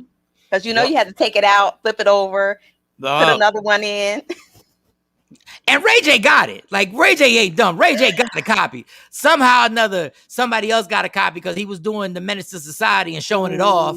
And somebody got a copy of it. And next thing you know, it's out there right now. We never gonna see it. And dog, the sex tape with Ray J and Kim Kardashian, there was nothing really that trifling about that one. It wasn't. It was really light work because they have it on Pornhub and a few other sites if you want to go back and review it or whatever, see what it's about. If you haven't yet. It wasn't nothing spectacular about the performance. It was just She's pretty. Y'all was high and drunk as hell. Yeah. Either way, it's character defamation. That's Emerald said, and now he qualifies for a legit lawsuit, so he needs to stop.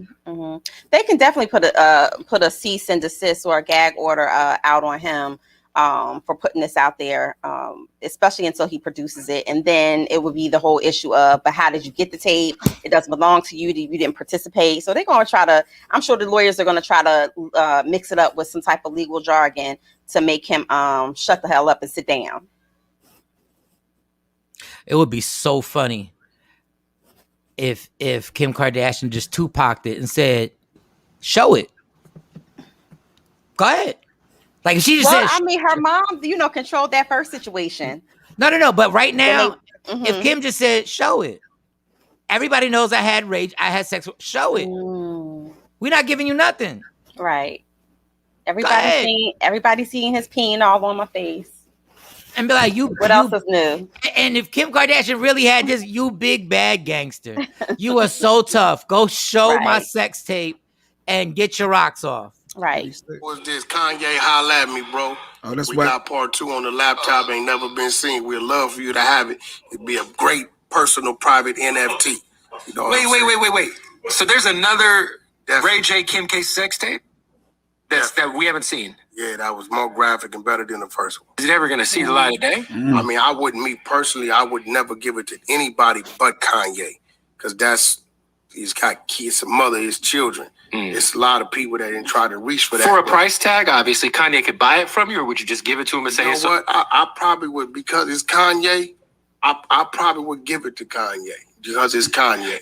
Okay, there you go. So, if you're such a respectable man, messy boot. If you're such a respectable man, why would you even say it about another dude? Come on, that's bitch mode. He being real messy. These codes that these guys had. That's why I don't listen to any of these nonsense codes. All this, like even the snitching thing makes me laugh. Like the mafia started this with Italians. And everybody's like, don't snitch. We don't snitch on each other. The mafia, not only do they snitch, they make movies, and the snitch makes money off making the movie. Off the movie or the book. Right. Why is nobody not mad at Denzel then? All you guys who are anti-snitch. He prayed Frank Lucas. Frank Lucas snitched on everybody, and they made what was the name of the movie? I always forget the name of the movie. And the movie. The American Gangster? Was it American Gangster? And we all went to go see the snitch movie. Frank Lucas. And we rooted for the snitch. We rooted for the snitch. You interviewed the snitch, the original Frank Lucas. We interviewed the snitch. We did. What do we? These gangster rules, and then it's like, we got these rules, but I'm gonna get on this podcast and air out a man's ex-wife for having a vitamin D in her mouth and a sex tape. What is brave about what? And then he says, "Oh, but it's the mother of his kids, so I'm only going to release it on Kanye because I think Kanye should have it." Really? This is like you lose all credibility when you do that. I would give it to him. Kanye, what the hell? Shut up with this BS. Kanye don't want it. I'm not gonna sell it. I would give it to Kanye because that's his. Why do you have it? Why do you even? If you have it, why you just watched it? So you must have what? That's why there needs to be a point where somebody just says, "Go ahead, dog." Go ahead, honey. Well, he said it was. Go ahead. Do it. He said that it's more grimier than the first tape, and it's more graphic than the first tape. So I guess that's the tease there, because we all know that, like I said, the first one was like regular sex. He's done it at the wrong time, because 2021 ain't nobody impressed with like after COVID. It's like, oh, what, she was getting in the butt. Oh, so what? Yeah, so what? Like what? The kids in the songs are saying eat the butt. Like you're really gonna be shocked about what? And she's still gorgeous.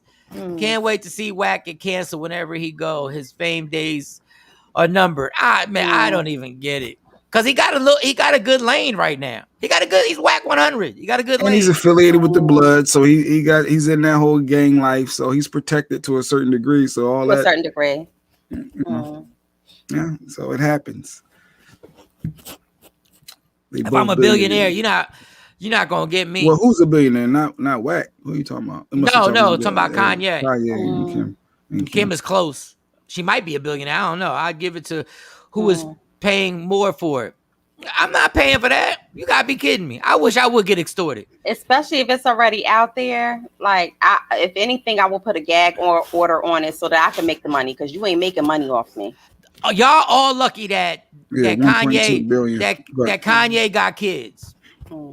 Because if Kanye ain't had no kids, he put the tape out himself. I was gonna say it'd probably be a whole concert. He'd probably make a whole. He'd have a watch party. Yes. A stadium watch party. Yes. He's just Whack to me, Mike. So Whack 100 is just Whack. I thought that I couldn't believe Whack is Whack.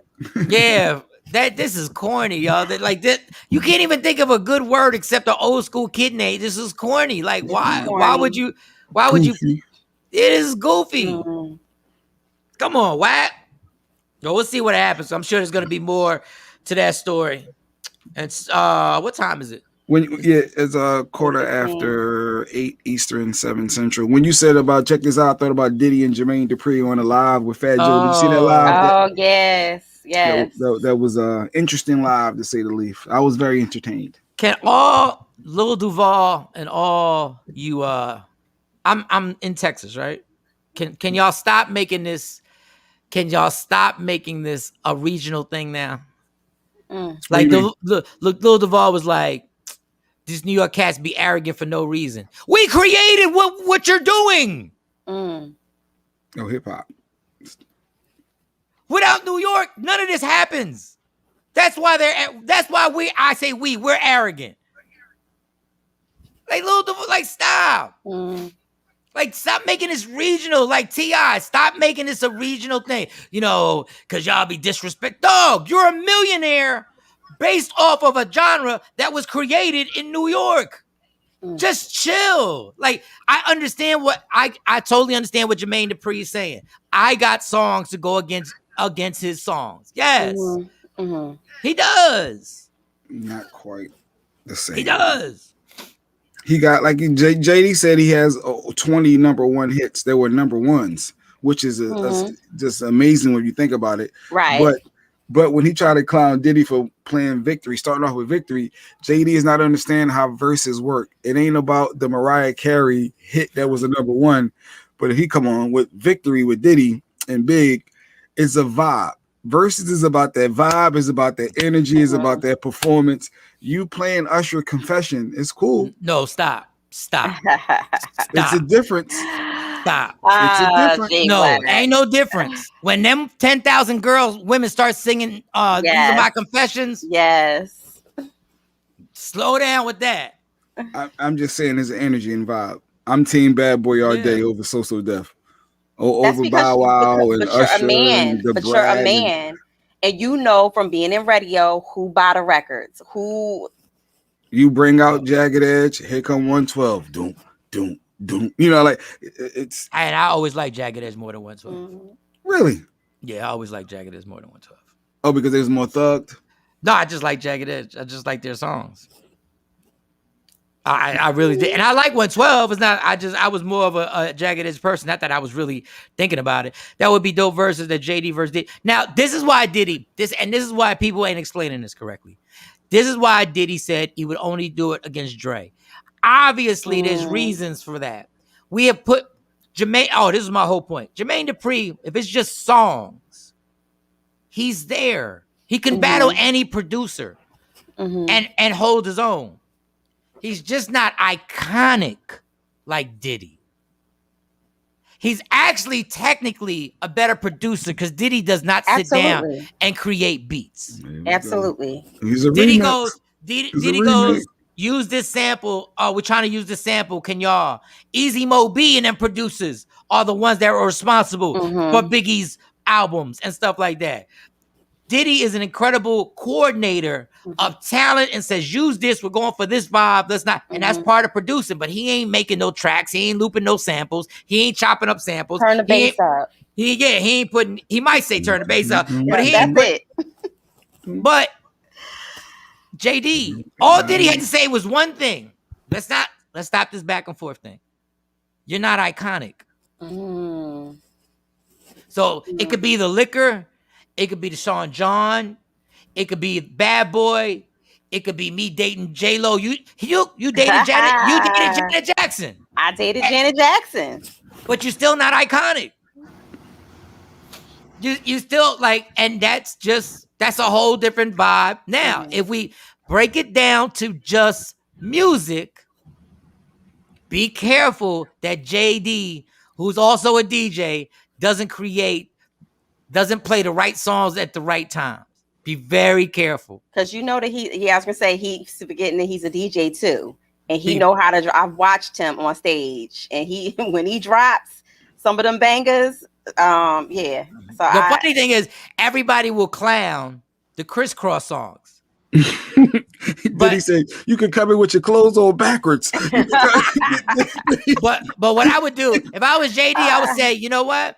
I'm just gonna play the track. Yeah. Play the track to those two songs, Jump, and Warm It Up, Chris, and see how hard those tracks really are. But they had kids rhyming off of them. Mm-hmm. Warm it up, Chris. I'm about to. You can. I'm bored to do. And then he comes with Biggie. Stop it, Mike. Look, it's just. Diddy tried to act like Money Ain't a Thing with Jay-Z wasn't fired. But y'all really, and that transcended across. Y'all really gonna stop. Double hard and the double R. Yeah, that was dope. But it's all propaganda because this is what happens. Diddy's the type of person. Jay-Z's never taken part in this. See, that's the difference between Jay. Jay's never taken part. I don't think Nas is ever gonna take. Jay already crossed over. Jay is already on. He's on a different planet for Jay. No, they both in the same financial. They're both in the same planet. I mean, Jay's got more. They're both in the same planet. It's just that Jay's not going to take part. Jay's never going to be the person to be like, I'm not going to sit here and try and validate myself on the verses. Jay will do a verses between his. Jay-Z would do a verses, and the verses would be the blueprint against another one, A Reasonable Doubt. He'll do both his albums going against each other. You're right.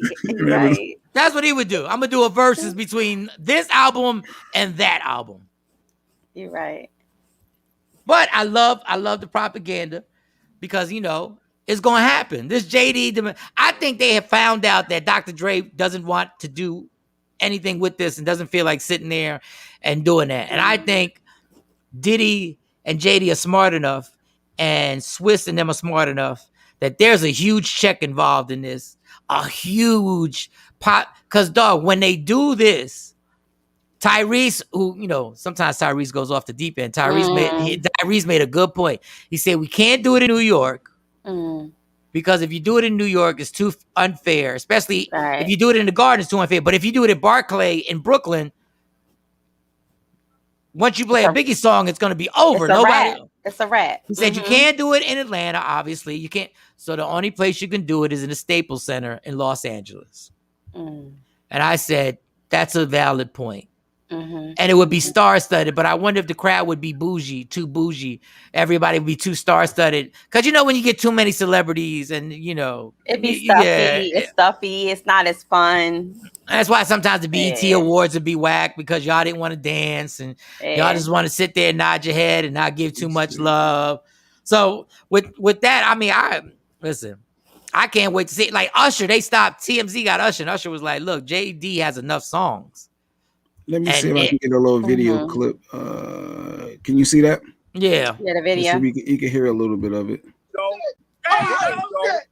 on in. Hey, yo. I'm going to tell you.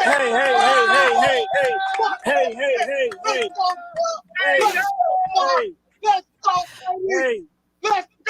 If y'all want to see the video clip, download Media Room 360 and y'all can see it on IG Live. Chill out, short arms. Short arms. You need to chill out. Because what I am, I'm a freak. Hey, yo, baby bro. Hey, yo, baby bro, I love you. First of all, I want the world to know that. Check this out. I want the world to know that this is one of my best friends. One of my best inspirations. This is my brother. Like I love him. You know what I'm saying? Right. I love him. I'm not here to play. And I must say this to everybody, you amnesia having motherfuckers. I done gave your life for motherfucking 20 years of music. You know what I'm saying? And I'm gonna tell you, yo, Jay-Z, anything I touch, anything I breathed on, executive produced, anything I thought up, anything I fucking did, whatever. You hear me? Don't play with me, boy.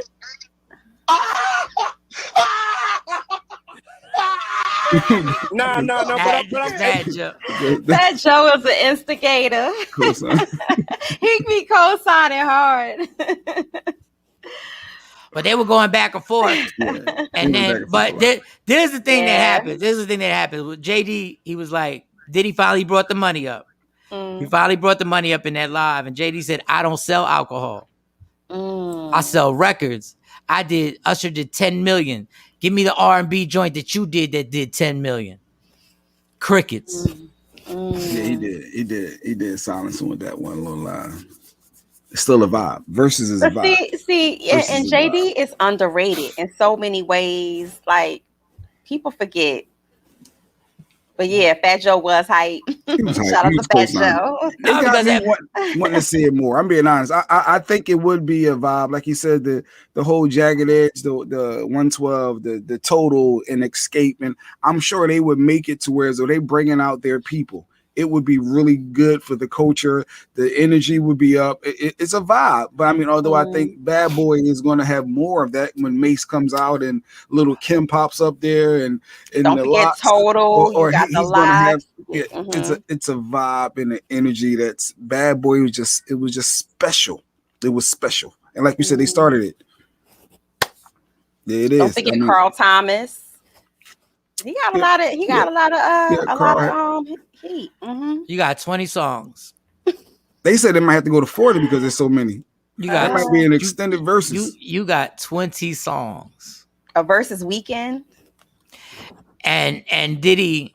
Look, I'm from New York. I know Bad Boy. I just know I get it. I just don't like when people start doing this regional. Oh, New York was disrespectful to the South, and T.I. comes there and his smoke-filled blunt, and he's like, I had to go and T.I. stop making it into that.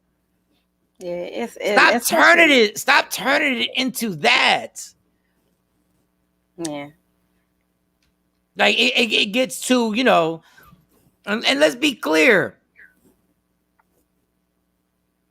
Diddy paid the producers who produced. The vibe that you're talking about was created by these producers. Right. What up, Business Bully?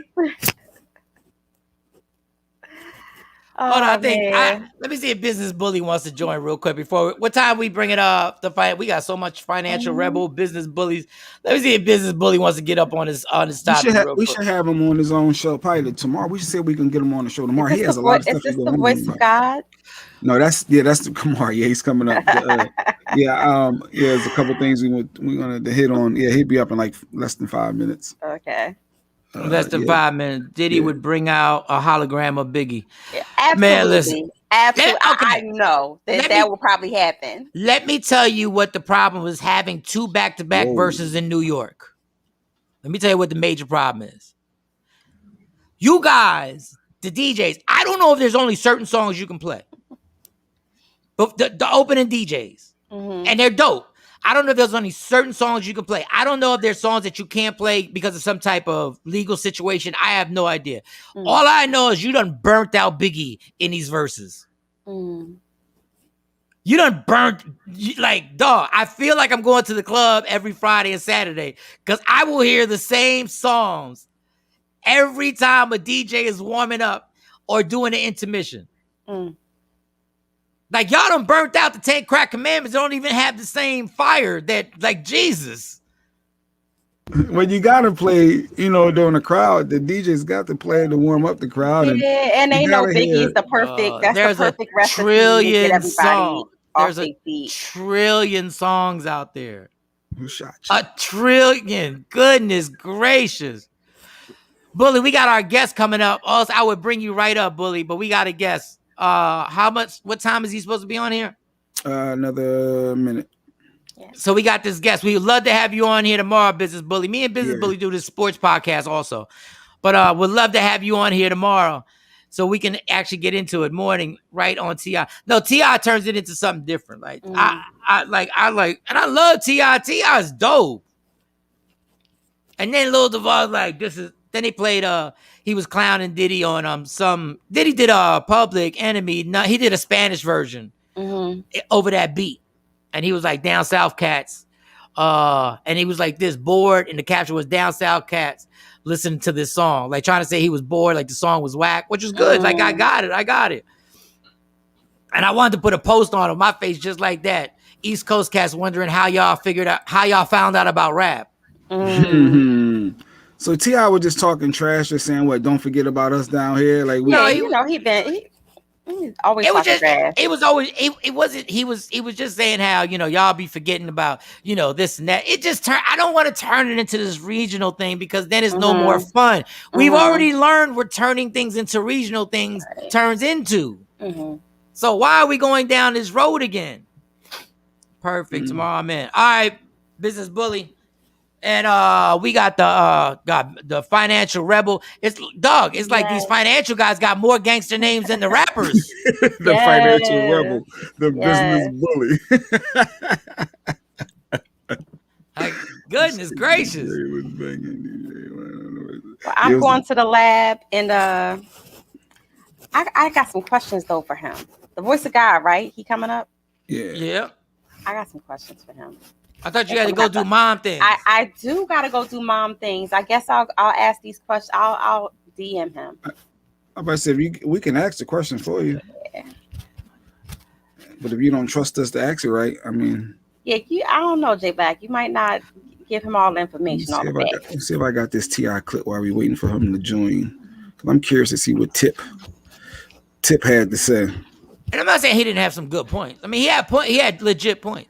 Did New York shit on a lot of people back in the day? Yeah, New York did. That's New York. Is New York an arrogant city? Yes. So Chicago, so's LA, so's Miami, Texas. And if you have a city that believed that the whole world was gonna just listen to hip hop from New York, that's what New York believed. New York believed that forever. Hip hop artists, I believed it. I didn't listen to hip hop artists that weren't from New York for years, and that was ignorance on my side. That's how brainwashed I was. Like, I'll tell the story. Everybody else knew about NWA way before me because when their videos came on, I turned the channel. I knew nothing about Outkast until somebody played it on a tour. Derek Thomas, what up? Rob Smooth, what up? E40 in the clique. I remember everybody when I first came up here, they was like, you country? What the hell? Who the hell is E40? I'm like, y'all don't know who E40 is? I did not know E40. I didn't know who Scarface was. Yeah. Outkast. I was so ignorant back in the day. I only listened to rappers that sounded like they're from New York. I didn't know Luda wasn't from New York when he first came out. Yeah. ATL. I had no idea. But I just don't want to turn it into, like, once again, that regional thing turns into a whole bunch of craziness, and then you like, and because there is no, come on, there's everywhere, everybody's everywhere. Atlanta ain't nothing but little New York anyway. Right. So I can play a little piece of this. I'm not sure exactly what Tip was saying, Mike. You might break it down. Tell Puff, bro, I won't smoke. I think. But I also understand Puff's perspective because I know what it's like to have my man. Puff called that Drake. Puff on Drake. I understand that. I call that 50. I want 50. So I understand how, Puff might be like, yeah, man, I got something I'm doing right here. You know what I mean? He just high. So it look like Tip is just high, just smoking and talking. But T.I. has wanted to battle 50. But let's talk about what this versus is really about and why people are calling people out to be on the versus. When you get on the versus, your streams go crazy. Your numbers go up. I've been listening to Ja Rule and Ashanti for the last couple of days. Your streams go crazy. And if you're like me, I don't just stream stuff. I actually still, I don't, like, I have the Apple thing where you get everything, you could just put it in there. I will actually still go and purchase people's stuff. Oh, okay. Like, I purchased Drake and I like purchased. You want to read the credits on the album, look at all the pictures on the inside? I go to iTunes. I could get it. I could just stream it and rent it. you know, you have like Apple, well, all the songs are available. I'll actually pay the $9.99 or the $10 for Drake. There's tons of people who know how to get it for free. I know people who never pay for songs that they stream. But because of streaming numbers, they get paid for the numbers. They still get paid. Everybody wants their streaming numbers to go crazy. And T.I. got a lot of songs that if him and 50 did a versus, his streams would go nuts. Do I think T.I. has enough songs to go against 50? I might be wrong. Maybe there's songs I forgot. I don't think he does. But I might be wrong. I might have forgot a bunch of songs. Does T.I. have enough songs to go up against 50? Yeah, I don't know. T.I. 50's really got 2 killer albums that are killers. I don't know, but I'd have to go through the catalog and be like, oh, I forgot about this song. I forgot about this song. I forgot about this song. So we forget. I totally forget.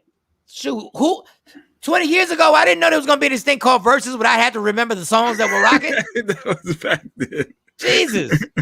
I didn't know there was going to be pressure on us to check into our memory. You know how many drugs we did? Jesus, we were supposed to remember. Allegedly. Oh, mine is true. I don't know about you.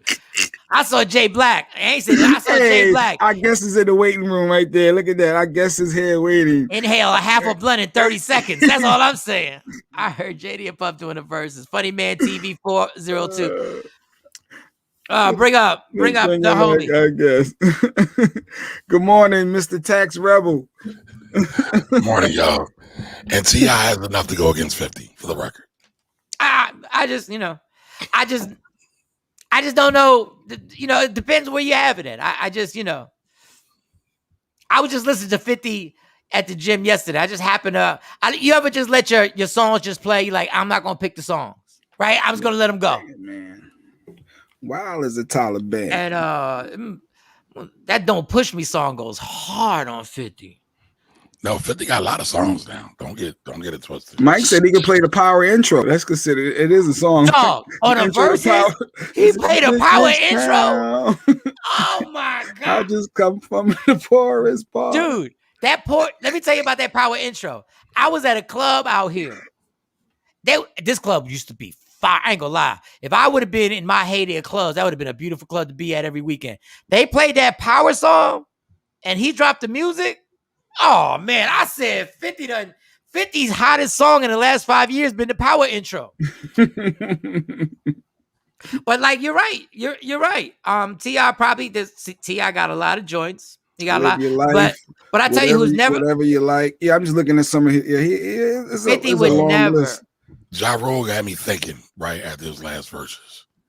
Now, I think Ja Rule probably gets underplayed a lot in the culture. But he's got records that play to women. Women rock the club the hardest. They buy the most. Who has more female joints, T.I. or 50? Oh, probably T.I. The only problem with that is that Ja Rule also had a bunch of songs that got played on the radio that didn't get played in the club. They had a lot, and I was there. But T.I. got a lot of songs. I just 50 got them. 50 got them songs that you like literally would stop the song and tell everybody we're bringing this back. And when I would say we're bringing this song back, everybody would go crazy because they wanted the song to get played again. True. 50 had the one album that I'll never forget this. The club was packed at Evolutions. Oh wow, you're taking it way back. And we played the album. The DJ didn't DJ. He just played track for track and I said, Jesus, my God. That's that first album. I said, my God. In the club, monster. That album, boy. When he said, I let my watch talk for me, my whip talk for me. Man, listen, hold on. But T.I. got you. What up, homie? What up, homie? Oh, my God. But that would be... 50's never going to do that battle because 50 right now is on is that I'm too good to do it. And when you're on that level, you can never. That's why there's got to be a reason why Diddy even got sucked into this conversation. There has to be. And that's why we have the financial rebel here. There has to be a huge financial gain. There has to be a huge check that is involved with this that has to do with his liquor. There's got to be something that Ciroc is saying, if you do this. Oh, we're not playing I Get Money. Don't play I Get Money. Don't play I Get Money. You said as soon as it come on, right? Don't play that. Don't play that. Don't play that. Get it? Listen. I will say this right now. I don't know a harder song than I Get Money. I don't know a harder track. Oh my God! No, stop. No, I get it.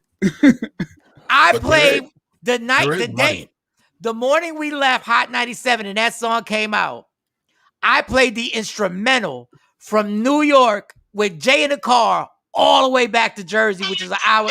No, I didn't even listen to the lyrics.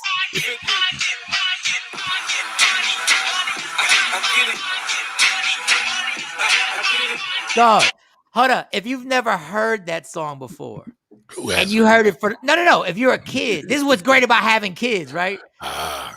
They can be in the car and they've never heard the song before. And when you see them nod their head, you go like, this track. Oh, Dad playing his old stuff. Oh, what the hell? Stop. All right. But I really think Diddy has an ulterior motive for this because all this talking trash, it's like boxers. They're already popping off and they've already got our interest. The country's already waiting for it to happen. We need it to happen now. Although we would love to see Dre, but we need the Diddy is the king of relevancy. Diddy knows how to stay relevant. Yeah. That's a part of the success. Like, when's the last time Diddy's had a hot album? It's been a while. But Ciroc already sponsors verses because it's one of the hottest things in the culture right now. So that's the bag for it right there. Plus, anybody that does verses, their spins go up. Yeah, that's what I told Jay Black. This is all for streams. This is all for streams. Everybody wants to. T.I. knows if him and 50 ever did a battle, his streams will go through the roof. It's not like these streams are going through the roof over whack songs. These are classic songs that people just go like, God, I forgot I need that in my joint. I'm gonna go down. Today I'm gonna go down all of T.I.'s joints for tomorrow, and I'm gonna literally go down because I know there's a lot of joints I'm missing because Swagger Like Us, Swagger Like Chillin', that was his song. Where it started off, Rubber Band Man. It's a classic. Yeah, Live Your Life with the Rihanna. Live Your Life.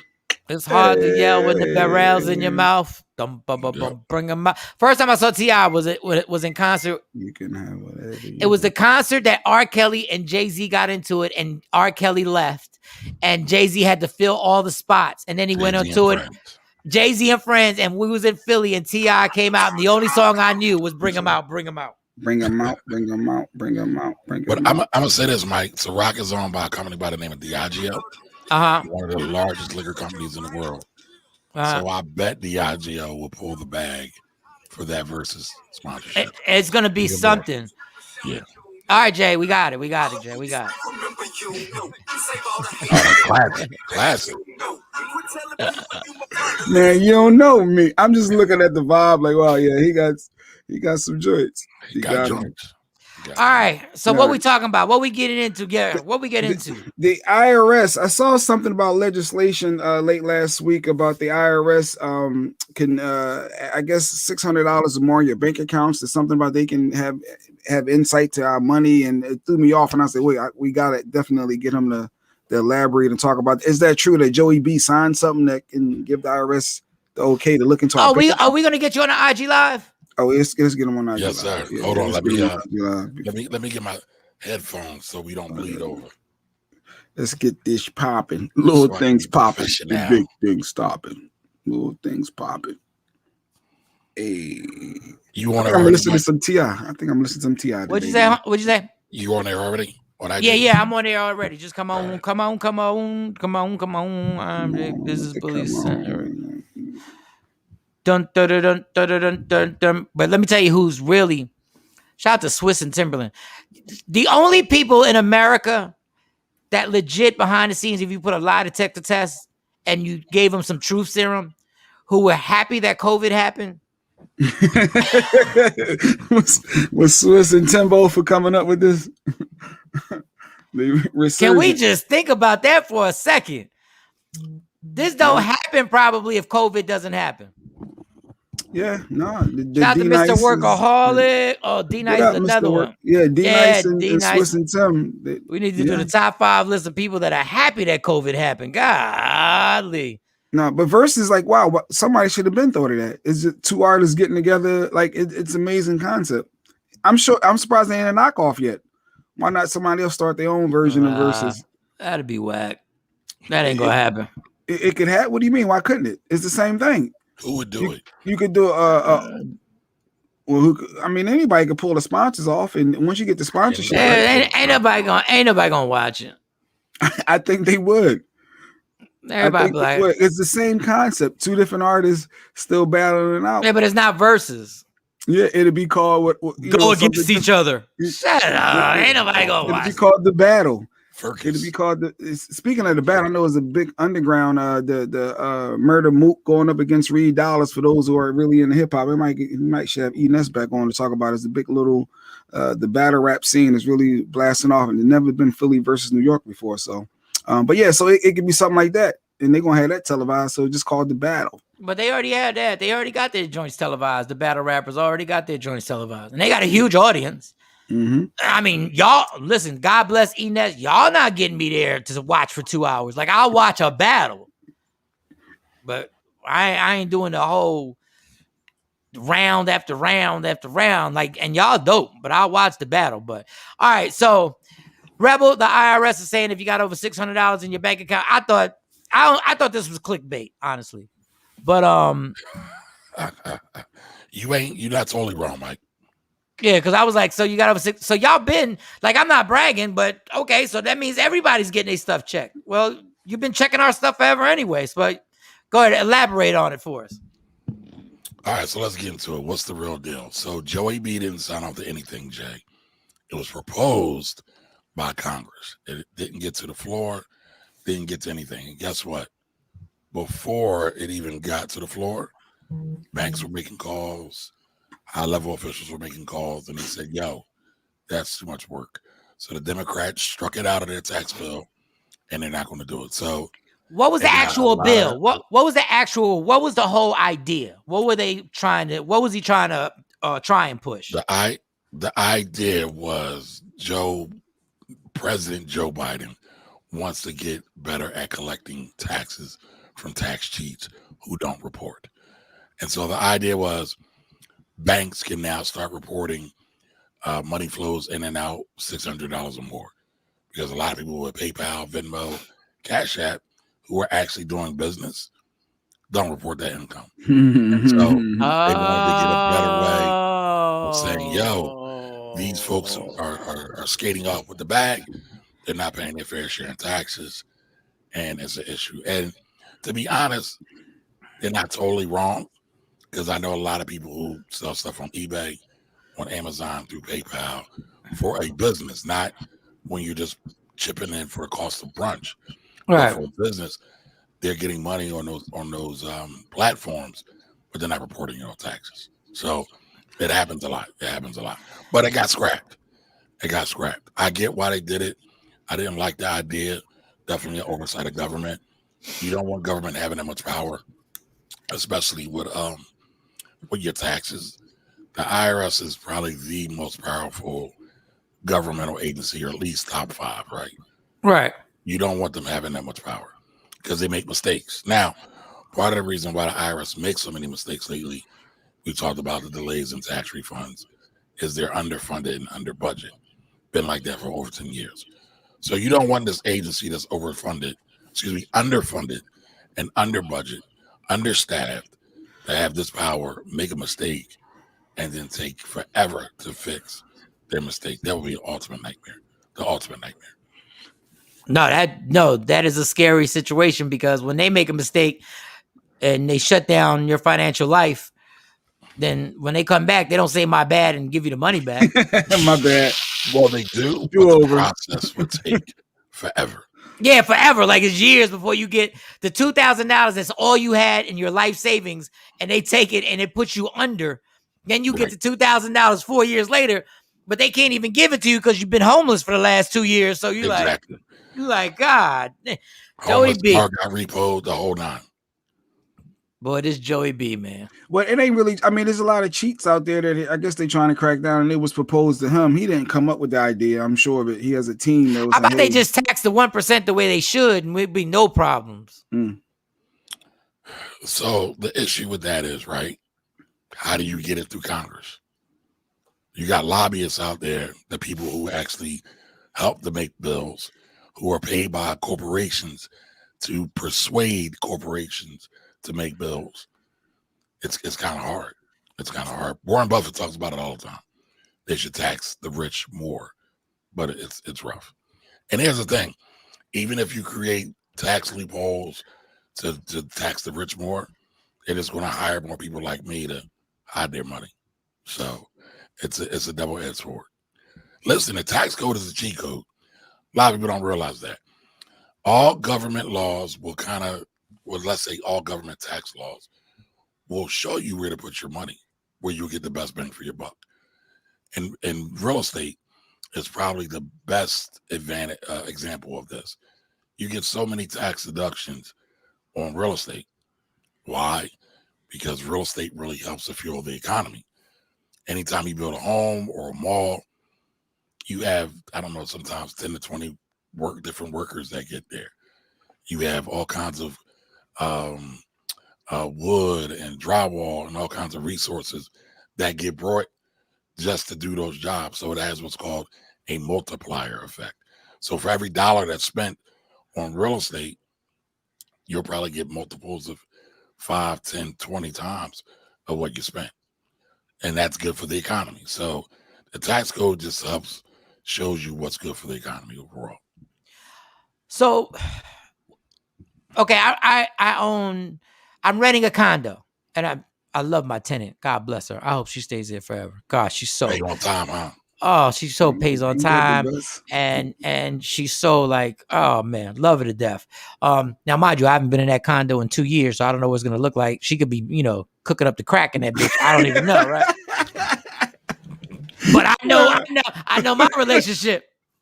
The money's on time. My entire she's been there for over 2 years. My entire time, I've seen her once in my life.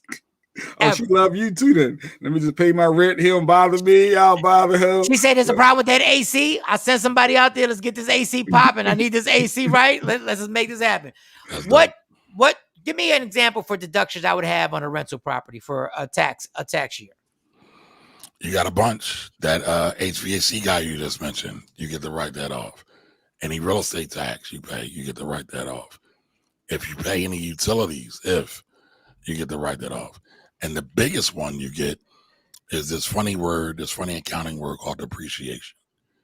Now, when everybody was talking about Donald Trump or the orange monkey, as I like to call him, with the 750, that was because he got a lot of depreciation on his taxes that lowered his tax bill because he owns a lot of real estate. So you get depreciation. And what depreciation is just a fancy word to say we're going to stretch out what you originally paid for this over usually 27 and a half years. So you can't usually take it all in the first year. But once you get it, it's the tax deduction that kind of keeps on giving. So it's pretty dope. Wow. So those tax deductions. Is it still time to refinance? Should people still be refinanced? Did that phase go away, or I'm still getting bombarded with refinancing? Refinance, consolidate this, and I mean, I'm gonna look up the mortgage rates, but I would say yes. Last time I looked, the 30-year was at like 2.75%, all-time low. I've never seen mortgage rates this low ever before in history. So it's a great time to buy a home. It's a great time to refinance a home. And the prices of homes are starting to drop. I noticed they were really high over the summer, and now that we're I guess school's in session and most people don't like moving outside of before school. I mean, after school started, that I'm seeing that the prices of houses are dropping, but you're saying that the mortgage percentages are staying the same, which is a good balance, I guess, if it is time to look. But who wants to move right now in the middle of the school year? It's tough. I mean, I wouldn't say they dropped. They have cooled a little bit, not to like play semantics, but Their homes are still selling now. We're not seeing the ridiculous $20,000 to $30,000 asking over the 30, $20,000 to $30,000 over asking price that we were seeing previously. But real estate's really hot right now. Really hot right now. That's the reason why a lot of people are mad at the Federal Reserve as well. Why are they mad? Because they feel as though interest rates by the Fed are about 0% right now. There's a lot of easy money. Everybody's getting money right now. And many feel they should make that a bit harder because we're seeing inflation start to rise. Right. Anytime there's a lot of easy money on the streets, inflation goes up. What's inflation? The cost of bread, milk, and cereal, your everyday stuff. We're seeing wood prices went up ginormously over the last 6 months. Now, they did come down, but that's part of the reason why home prices are going up. So many feel that the Federal Reserve should start raising rates. And I'm seeing right now a 30-year fixed rate refinance is 2.48%, so about 2.5%. So I know a lot of my mortgage friends are very, very happy right now. Mm-hmm. They're selling mortgages like hotcakes. Is it best to go through a bank for a mortgage? Tam is asking. Do you feel that it's best to go through a bank for a mortgage loan, like a Bank of America or Wells Fargo? I don't do mortgages. All I do is taxes and investments. But a lot of times with loan officers or mortgage brokers that kind of shop, they have the ability to get different rates from different companies. Where if you're just going to a bank, a lot of times it's a lot harder. But again, it really depends, right? Personal finance is personal. So if you go to I don't know, everybody's been talking about Navy Federal Credit or one of the credit unions because they typically have great rates, and you have a great relationship with them, you may still be able to come off and get a great rate. So it all depends. Yeah. Damn. I want to ask about life insurance too, Mike, when you're done with this. Go ahead, ask about life insurance. Because this is Life Insurance Awareness Month. Who made this shit up? Like, who makes this shit up, yo? What do you mean? Like, who makes these months up, yo? Like life insurance is very important, but who decided to make a life insurance? I've never heard of life insurance month. This is the first time in my life I've ever heard of life insurance month, yo. Y'all heard it? Y'all heard of this before? Me? I mean, I brought it up, so yes, I've heard of it. No, but you heard of life insurance? Life insurance awareness month? Yes. You celebrated this last year. I mean, it's not about the celebration, right? We're not singing Kumbaya. No, but I'm just saying, did you know about it last year? I celebrated every year. I usually get a bunch of life insurance people together and talk about life insurance. In September. In September, all month. Because life insurance awareness month. Very, very important. But to answer your question, right? Like people only gonna die in September. Like the highest rate of mortality happens in September. So we're gonna sell. Okay, no, I get it. I was just wondering because there's a whole lot of month every month. When I was on the radio, every month it'd be like 7 different. Oh, this is so and so month. This is bad hip month. Like we're celebrating all bad hips across America. Okay, I'm sorry, that was my little rant. I just didn't know who was actually formulating. There's a meeting I need to go to. But to answer your question, who created it? Some marketing organization that works with bigger organizations to get paid. Thank you. I'm not going to ignore that. I'm not going to ignore that, right? It's just like Black History Month. Who always sponsors that? Some big corporations, most times, they're not even black, but that's a whole other conversation. No, you're right. You're totally right. You're 100% right. There's got to be a check behind it. Yeah, celebrate this last year. No, but all right. So with the life insurance, like I'm legit. I'm heavy. I'm all in right now because outside of my employer, I don't have my own separate coverage, and I feel like my wife is on my heels saying I should have it. So I've been doing a lot of research, and I got a lot of my friends saying you need to have term, and then my mom is in my ear like, no, you need to have whole. I don't get the whole, the universal, the terms, like 3 different, like what is 3 categories, right? Term, whole, and universal?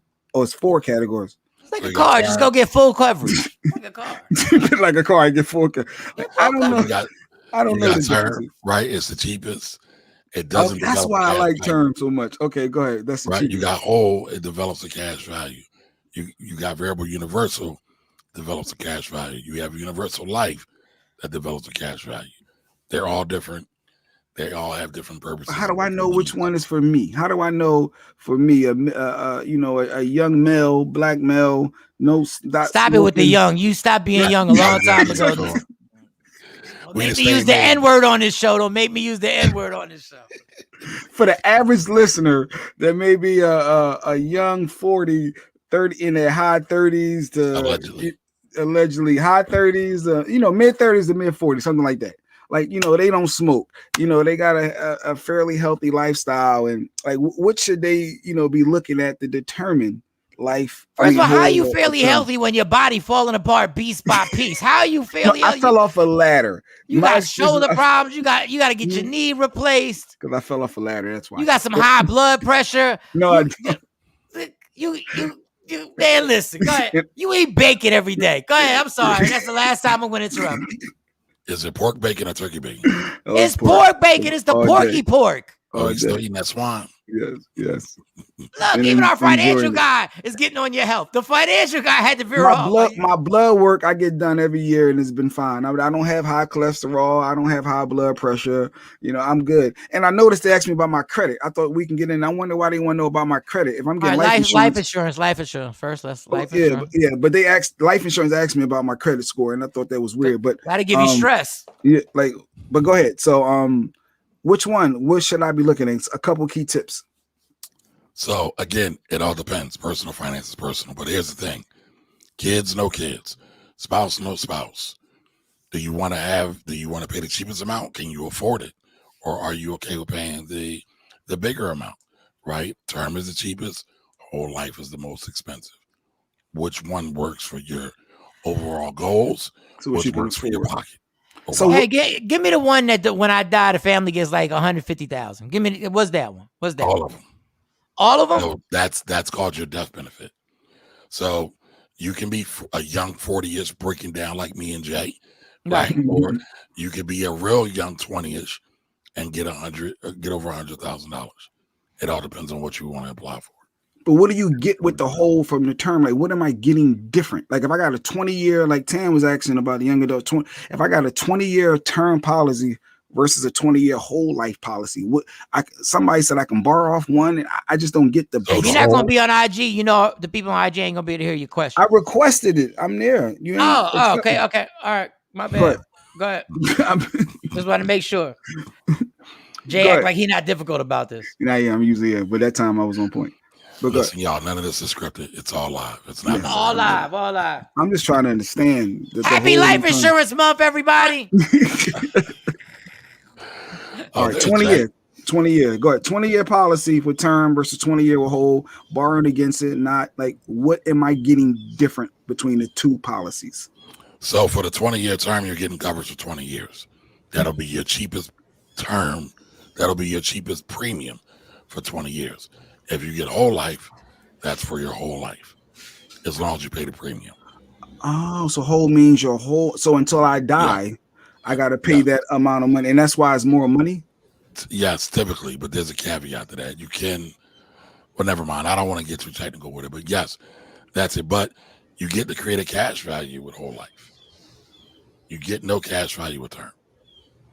Because after the term is over, it's done. All that money I invested for those 20 years, I don't get anything from that. Typically, no, you don't. Now there's some other ones where you have return a premium, but I don't want to go into that because that's okay. Let's say you're 50, you do a whole life right now. Does it still have a cash value? Does it still has a cash value? So here, let me run y'all through a couple scenarios on how we can really look at this, right? So Jay, I know you have kids. I have kids, right? Mm-hmm. Your kids you got one that's 10 and under or over? I got an over and under. Okay. So you got an under 10. So remember, life insurance is for replacing income primarily. So tomorrow you and I can't make it home to our loved ones and our children. Mm-hmm. That income is missing from the household. Okay. So now, as Chris Rock says, our whole job, boy or girl, is to keep our children off the pole. So when we don't have enough money coming in the house, kids might go to the pole. So we get life insurance to say, baby, you ain't got to get clear hills and go to the pole. Make sure the money has to come in. Make sure your old lady don't got to consort with some man that wants to buy her pink caddy just to get into the house. You know, type vibe. So we get life insurance, right? Go ahead. To replace it. That's the function of life insurance. Now, we want to know, well, what's the best kind that will work for us, that works for my goals and my needs? Well, let's say I got a kid that's a newborn, and you and your wife have a newborn. So ideally, the average American makes about $50,000.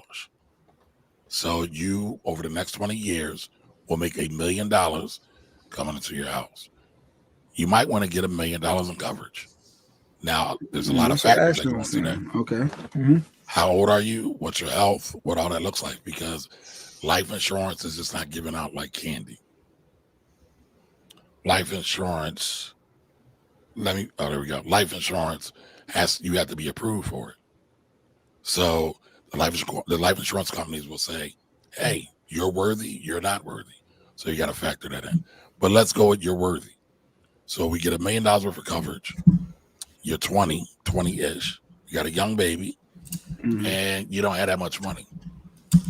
You will probably get the term. However, let's say you're a young 20-ish, went to a good school, got a stable family. Oh, man, IG keeps kicking me. There we go. So you got a stable family? Yeah, you got a stable family, right? And you have great money coming in.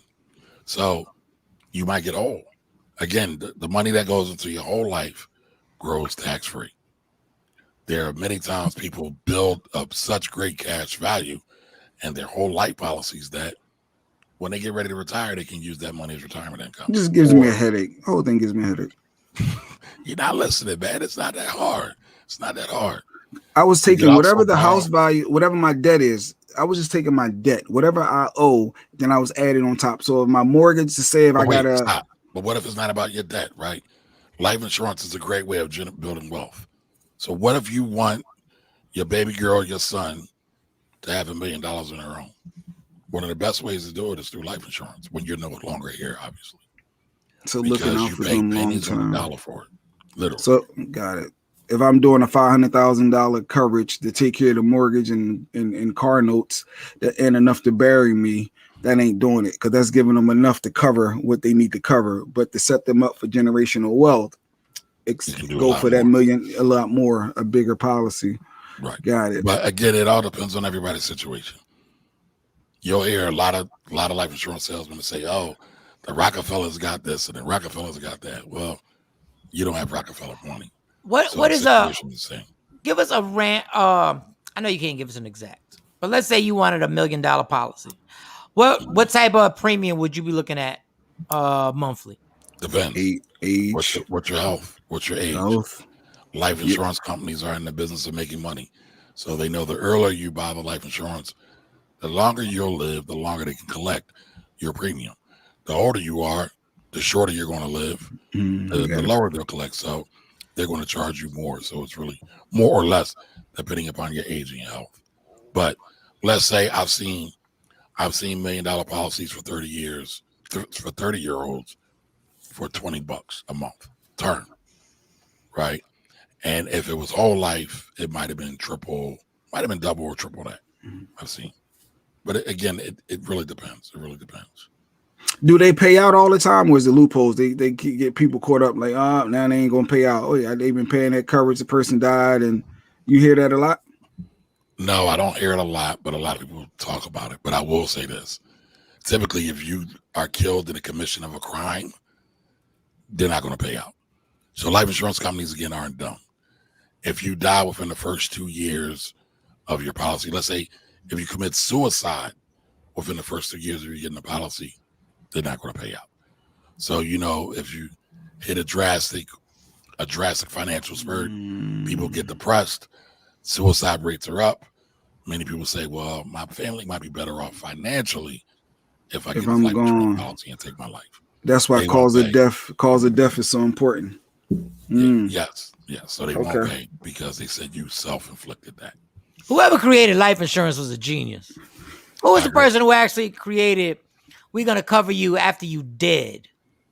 And we're gonna, like, whoever thought about it, like, that was a genius idea. Like, all insurance companies, like, I want to know who was I'm gonna Google this because I got a lot to do. I got stuff to do today. I can't go. They say Lords of London was one of the very first insurance companies, and they used to cover freight and ships going to the New World, and also a lot of the freight that went to the New World. If you get where I'm going with this, yeah. So they was part of illegal stuff too, and they was covering slaves. Ain't that about to be? Ain't that, man? America cover their workers. And why does my credit score matter with my rate? Like, why would I get a better rate or a worse rate if my credit score is higher or lower? So a lot of companies, even jobs nowadays, right? They pull your credit to see how good of a person of character you are. So all the algorithms, all the computer programs, they say, oh, this person didn't pay their debt January 15, 2020. They must be a scumbag. Not only that, but it's still a premium that you got to pay. So why wouldn't they want to know what your payment record is, your payment history has been? Because if you're not paying the big bills, what you gonna do with a $20 bill? You're gonna be like, I'll take care of that later. But if I stop. I just lose out. They still collected their money up to that point, right? They lose nothing. They just taking money if I don't pay. Ain't it over? No. Oh, they don't work like that? Not a factor in risk, right? So everybody talks about getting money, making money, how you can make money. The real way to get money, though, is by slowing down your risk or knowing what your risks are. So, Jay, if I'm Kamari Ellis, the Rebel Insurance Company, life insurance company, and I say, I'm going to cover you for $1 million, but I know you out there wilding. I know you're out there doing something crazy. The probability of me paying out that $1 million is a lot higher than your average person who just kind of goes to work and comes home every day. It's like if you eat bacon every morning, right? And they find out that you eating pork bacon every morning. And you've been doing it for the last 15. No, I'm playing. For the last 15. This guy. But they knew that when they checked my blood. I know. I was saying with the premium, I'm paying, right? If it's been a year, I paid on time. Then I stopped paying. My account just closed, right? They get to keep that money as nothing more, nothing less. It's not like a contract, right? Where I'm held accountable that I got to pay them every month. Right. But the point I guess I'm trying to get across throughout that year, they had $1 million worth of liability and risk on you. So is that $1 million risk worth your $20, $30 a month payment? No, not for them, no. Right. So it's not just about the payment, is how responsible they think the person is, basically. Yes. And getting into that with them. Yeah. Entering into that agreement. Like they will flag you for certain activities. If you skydive, if you fly a lot, right? If you're a pilot. Oh, he asked me if I was planning on going out of the country. Are you planning on taking a trip to go out of the country? Yeah. Like, are you going out of the country in places where you might get malaria or other diseases that aren't common here in the United States? All of those things are risk factors. So basically, if you have, let's say you got a 700 credit score, you can afford up to $150 a month on a print because you want the whole life thing. And you can afford up to $100 a month for health insurance. You should be able to pull off health insurance, right? Life insurance. I'm sorry. Yeah, I believe so. Yeah. And how young can you give somebody a life insurance policy? After they're born. You have a lot of people who will buy policies on children. I never knew that. Yeah, my kids. There's a concept called family banking. And they'll talk about the kind of the dynasty, wealth folks, the Rockefellers, the Kennedys, a lot of them, and how they will buy life insurance on their kids because they're buying at the cheapest rate and they're giving it time to grow. And they'll own it inside a trust. Now, please, nobody contact me about getting a trust. But once they pass, that money then kind of goes back to the family bank.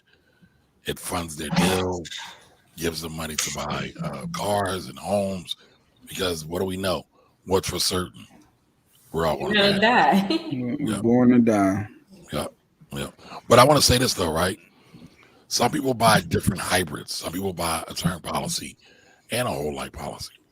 So it doesn't have to be all one thing. So let's say, wow, Jay, you say, I want to give my kids, I want to for certain give my kids $100,000 a piece, no matter when I pass. It could be this year, it could be 50 years from now. So you buy, I don't think you got 2 kids. So you buy 2 $100,000 policies for them, designated for them. Can't give it to them right now because they're minors, but designated for them. And then you say, well, you know what? I need to be able to make sure I cover my income as well. So my kids don't got to go work the pole if I were to die tomorrow. So then I buy $1 million term policy because it's the cheapest. And I can get that for the next 20 years. And by the time that they are grown, not under my care and stewardship, that life insurance comes in if something were to go wrong. Got it. But they don't know how to manage money, so I don't know about that. But no, but I get what you're saying as far you as got to give them a fighting chance, though. No, I'm playing. Listen, I'm playing. We don't want. I told you, man, you can't do that. I don't want your wife having no problems with me. Yeah, no, she's good. She don't want to let me get it. And what's the difference between the policies that I don't need to get a test done? They don't have to do blood work. You can do the ones where you're not checked out versus the ones that you are. It seemed like they're fairly the same thing. It was like, it seems weird that I don't got to get tested. You'll get those at the lower end of a death benefit, 100,000, 50,000, 20,000, because the life insurance company, like the life insurance has actuaries, right? People that run the numbers all day long. So they know the probabilities of people dying, what age range, what health rate. And so when you get those type of policies, when you don't have to do a test, any kind of health test, they know fairly for certain, under a certain amount, that they're going to make money off of it. They're going to make the money. So for those who aren't aware, what give us like life insurance companies you could call that you know are reputable. I mean, all of the big ones, right? They didn't pay for any sponsorship or no ads today. But all the big ones, the one with the Snoopy, the one that's from New York. What is Snoopy MetLife? Yeah, I'm trying not to say their names. Yeah, but that audience knows. But yeah, MetLife, New York Life, Prudential, a lot of the big ones.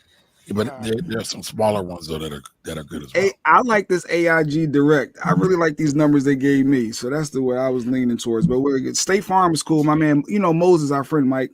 He works over State. But you know what it is, Jay? There's certain things you just. There's certain things you just. Oh, shout out to Moses. Certain things you can't. You got to stop looking at what the numbers that you like. Like it's not always the numbers that you like. Like it's got to be what is the coverage that you like.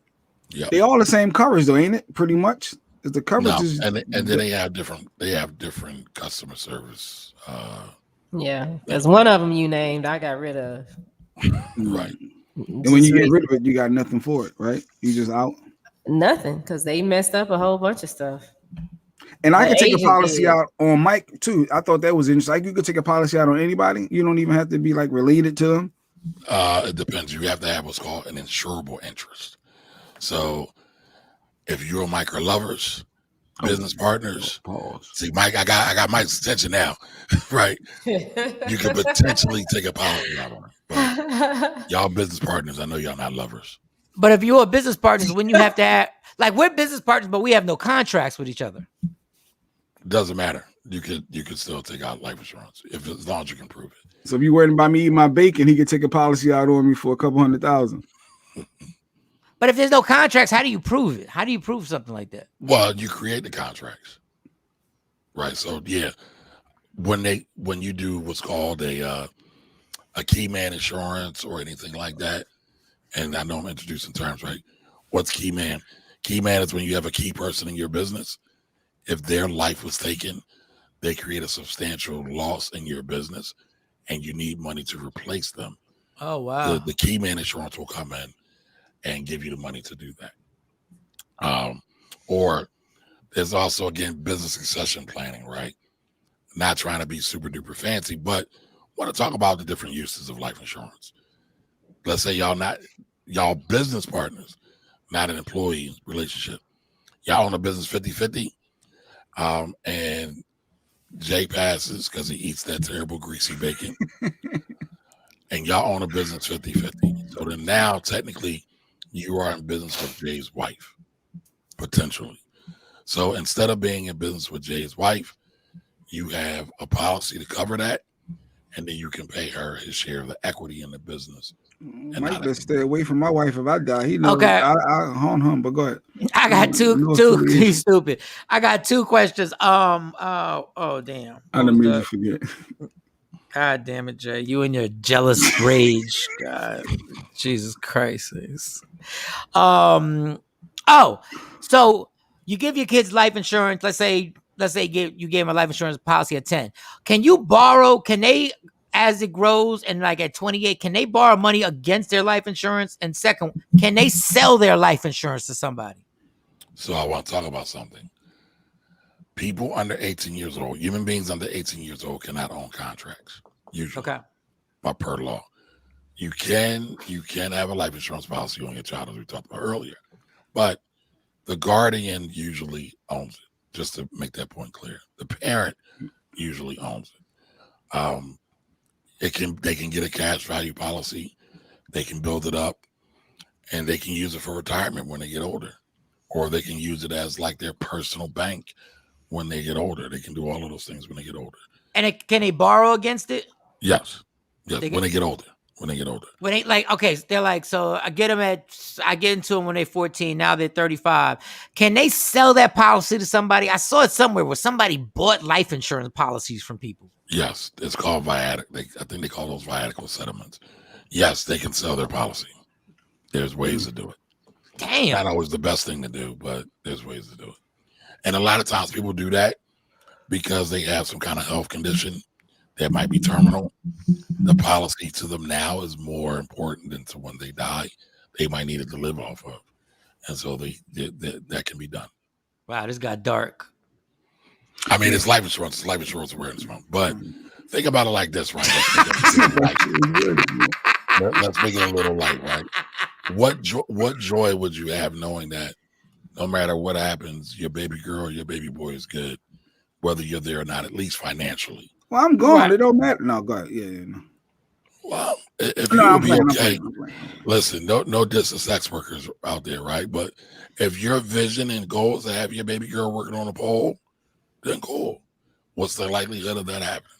So my takeaway is whole life is the best for me, because if you're in your 40s or young 40, whatever, you middle age, you want to hop on whole now, have it for the rest of your life. Because if you're 40, you're probably gonna make it to 60. So doing a 20-year policy, you threw away all that money, and now you can't do nothing after that. Then you're trying to start a policy at 60, they're gonna smack you over the head. That's my takeaway from today. But they're gonna smack you over the head now too, though. So again, it's all about your pocketbook or wallet. What can you afford? But the amazing part is we're both paying more on our car notes for our cars than we'd probably pay for our life insurance. So I mean, if I'm not trying to stunt. I'm not trying to. Trust me, I wish I had my Mitsubishi Galant back, but I'm, if you're paying a $675 car note and you're making that happen. You just imagine, right there. And just imagine if you flipped it and said, you know what, I'm just gonna go get this car and I'm gonna pay $300 a month for this car, and then I'm gonna get a $350 or whatever adds up to $675, $350 life insurance policy, which would probably be a pretty good life insurance policy. Am I right? More than likely, yes. So you gotta look at it like that. And the Action Acts, that they tax on the payout. So my kids and my spouse got their $1 million coverage. They get taxed on that off the top. There's no income tax on life insurance. There is no income tax on life insurance. Bam! That's dope. Uncle Sam don't get a piece of this. That's dope. Well, here we go. Here we go. I was being technical for a reason. There's no income tax. But listen. What I'm about to say is only going to pertain to the 1%. With estate tax, your life insurance can potentially get an estate tax, but that's only for those that are really, really rich. So an estate tax. That's why he said, "Don't call me by the states." Well, trust, yeah, the trust. Well, because everybody's talking about trust now. I want to protect. As a matter of fact, I got a homeboy. Perfect example. I got a homeboy. He's got a couple of rental properties. He's got a couple of baby moms, and he's like, I want to protect my stuff from my baby moms. So I want to get some trust. But part of the problem is that A lot of his rental properties aren't active because he hasn't got them on the market. And some of them need some repair. So it's like, well, what do you do first? How about you get the real estate active first? Right. Because they're not going to take you to child support. So you got to put first things first. Also, people don't realize that when you do a trust, if a trust makes over $600 a year, you have to pay taxes on that. The tax man is bad. Yes. It is. Boom. Yes, Uncle Sam is always in your pocket. Oh man, Uncle Sam. Who the hell is Uncle Sam? Where's the origin of Uncle Sam? Who the hell is Uncle Sam? I think he was from like a 50 Cent song when he was like, "Many men will step upon me." I just want to know. There's got to be an origin from the name Uncle Sam, and it's got to be some racist nonsense. It's got to be racist because every time you look back on something like an Uncle Sam, there's got to be something.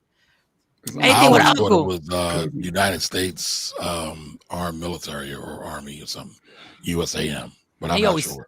He always pointed. He always had the point at your ass. Jesus. Which was so uncool if you think about it now. That would so not go right now. They want you. Anybody? You got some more? Do you have another question, Jay? No, I'm good. You sure? Does anybody on IG Live have a question? Because y'all listening. But if y'all have a question, anything with taxes, I did have a tax question. Why do people get tax lawyers? Is that just to fight Uncle Sam? Trying to come at you and get your stuff? So people get tax lawyers a lot of times because, let's say they work with me to get their taxes done, or they work with me when I work with the IRS to help negotiate tax debt down. Right. But their stuff might have went criminal. And so they have to go to court. Ooh. And for example, speaking of verses, right? Right. Who had tax problems? Fat Joe. Yeah. Fat Joe had tax problems and went to jail. Yeah.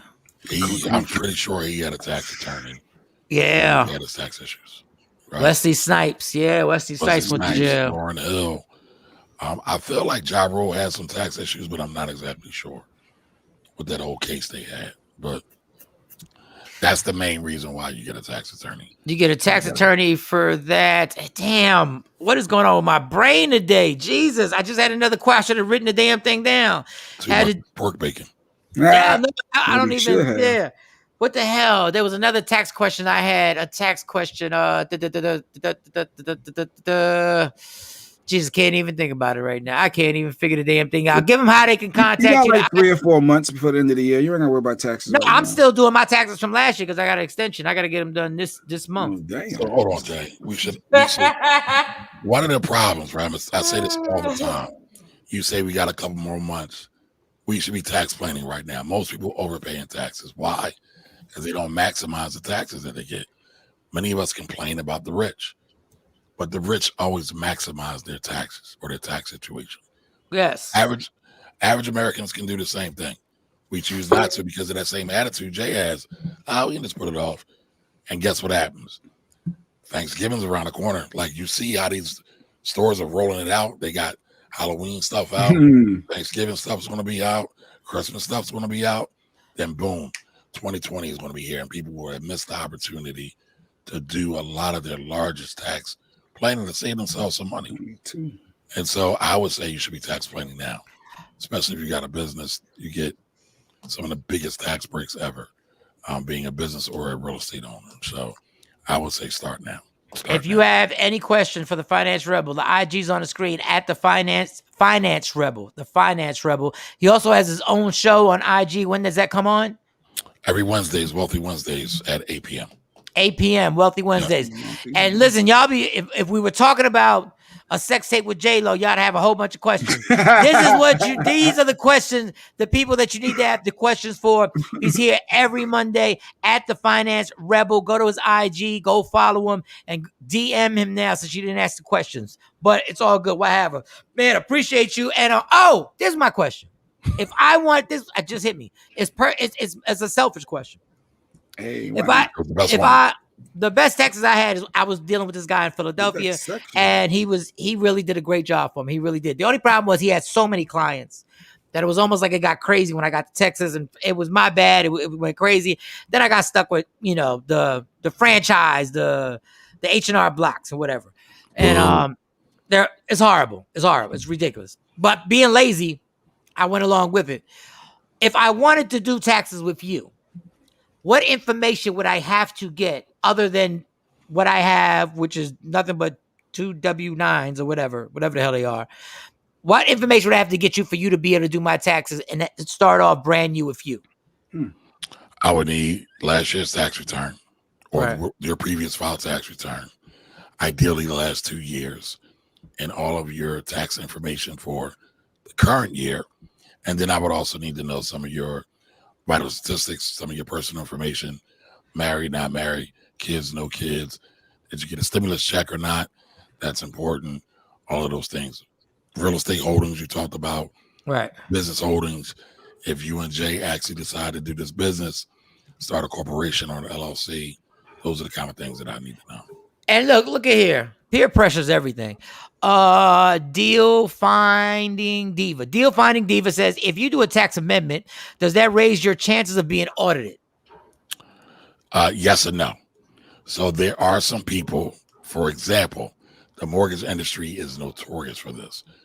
They'll tell business owners who are applying for mortgages to leave off their expenses on their tax returns just to get a mortgage and then tell them to amend their return. That's illegal. It's fraud. The IRS knows it.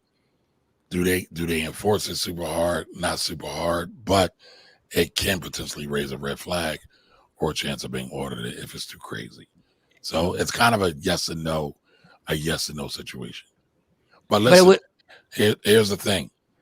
Forget about the audit, right? Because the audits only matter if your stuff is fugazi, if you made up numbers, if all your numbers are right, legal, exact.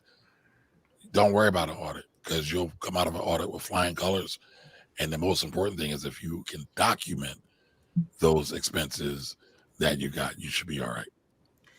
All right, the Finance Rebel at the Finance Rebel IG. Go to the IG, follow him. You got questions, DM. He's got the show Wednesday, Wealthy Wednesdays, 8:00 on that IG right there. Yep.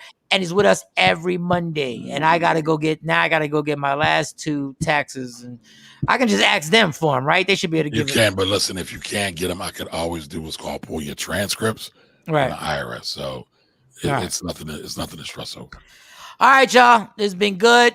Now we can go back to nonsense. Nonsense is fun. Listen, y'all. Nonsense is fun. This is real adult stuff. We taught you how to deal with life insurance so your kids won't hit the pole or won't be selling or won't be getting the baking soda in the kitchen or whatever like that. That's what we're here for.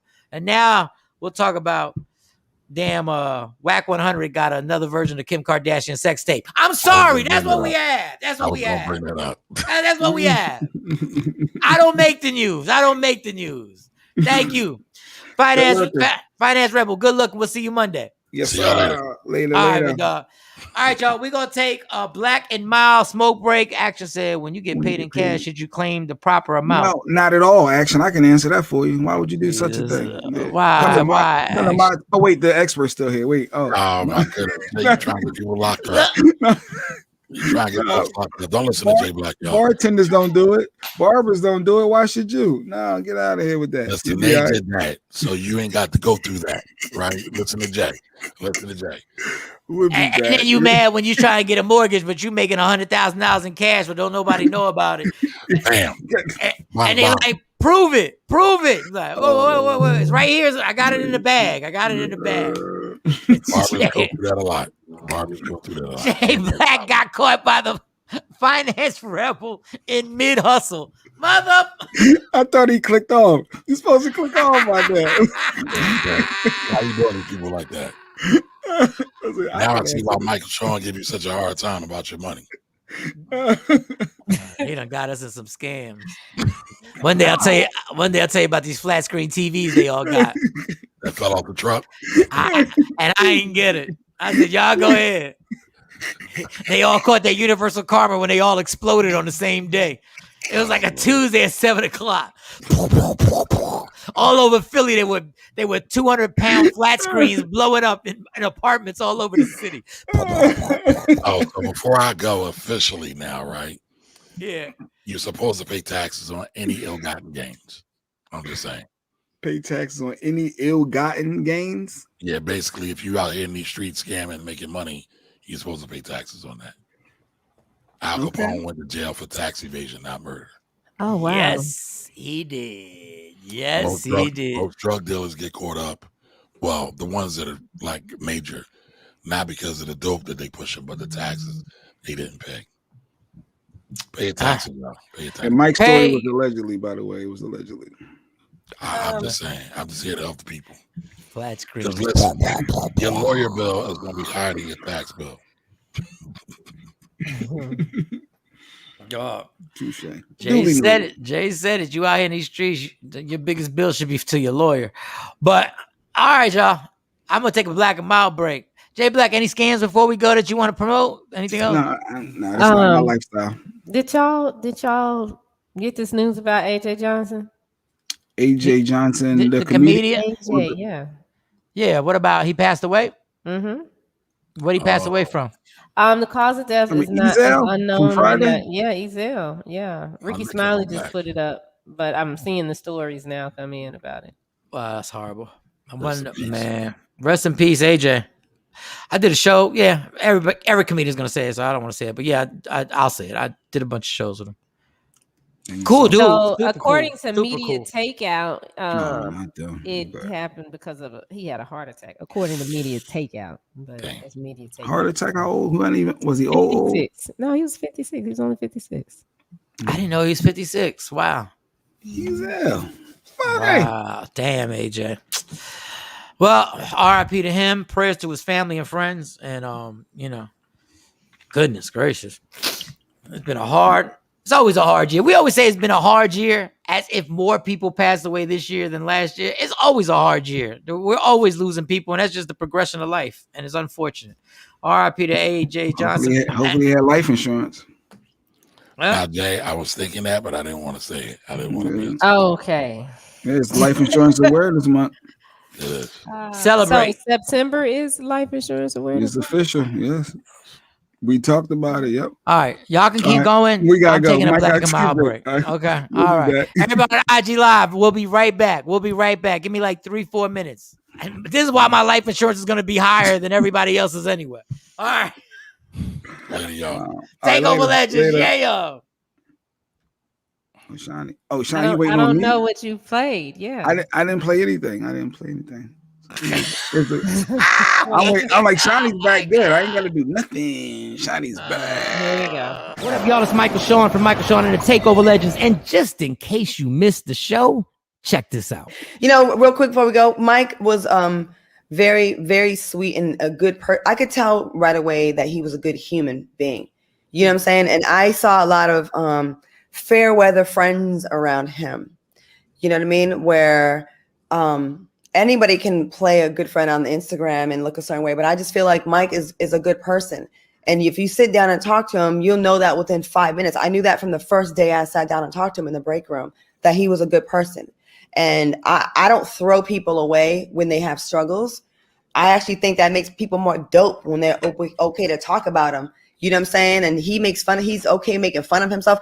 I'll always try to plug Mike in any projects I got going on. I actually have a play coming up October 9th in Dallas. And I actually asked him I said, I need y'all to give him a role in this play. She did. So, yeah. So, all right, Mike, you ain't even told me that. See? Oh my God. Rolling out. Search Media Room 360 on all streaming platforms. Michael Shawn and the Takeover Legends. Yeah, yo.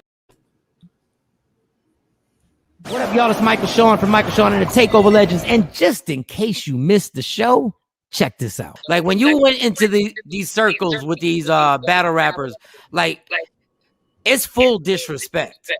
Yeah. It's a full contact sport. If you're weak-minded and you don't have strong willpower and you kind of sensitive, it's not for you. So I'm sure those battle rappers, they throw up the whole, you had to walk the juniors for the cheesecake. They bring that over. I'm sure they bring that up, right? Yeah, hell yeah. They would have did it too. That's the funny thing. Did you really, on MTV, did y'all really walk? Y'all didn't really walk the juniors the whole way. I don't know why you don't think we did. Michael Shawn. Puff had to go get dry cleaning for Andre Harrell. He had to wipe his cars down. He had to go get his clothes from his outfits from Dapper Dan and wipe tables down. So he wanted us to go through that same process. Puff went to Howard. It's a business school. So his thing is all about business. It's about conditioning. It's about being prepared. When we had to walk, it was building our endurance. We got to fly out different climates. We might be in New York, it's a blizzard. We might have to fly to Miami, then it's a heat wave. So your body has to be ready for these type of things. You might have to be on the morning show with Michael Shawn, 7:30. Then you might have to be. Then you might have to be on a parent or on a sister company, 8 o'clock. So you got to be up, bright-eyed, bushy-tailed, full of energy, full of vigor, ready to give the interview. You got to go through media training and all these type of things, and it just helps you. It builds you. It was like the Mr. Miyagi artist development, where I'm wiping this stuff down, and they like, why am I doing this? Right. Block, strike. Oh, that's why I did that. So all these things that you said is done. Right. The hood was like, oh, y'all getting played, but it's really bringing us together, making us stronger, and having endurance to go out and promote these records. But our culture, our people is the only people that scrutinize us for doing good things. Now, in any culture that you go to, you get hazed. When you go to a fraternity, you get hazed. When you go to a job, you're on orientation, you're getting hazed. You go through, when you're a rookie cop, you get hazed. With anything that you're trying out new, you get hazed. So when we did it on TV, what's the big effing deal? Fraternities do it, sororities do it, jobs do it. I walked for cheesecake one time. People work at UPS and do it 365 days of the year. They walk for cheesecake. Walking for cheesecake is a symbolization of doing something that you don't want to do to get where you want to be. People do it every day. I did it one time 25 years ago. Search Media Room 360 on all streaming platforms. Michael Shawn and the Takeover Legends. Yeah, yo.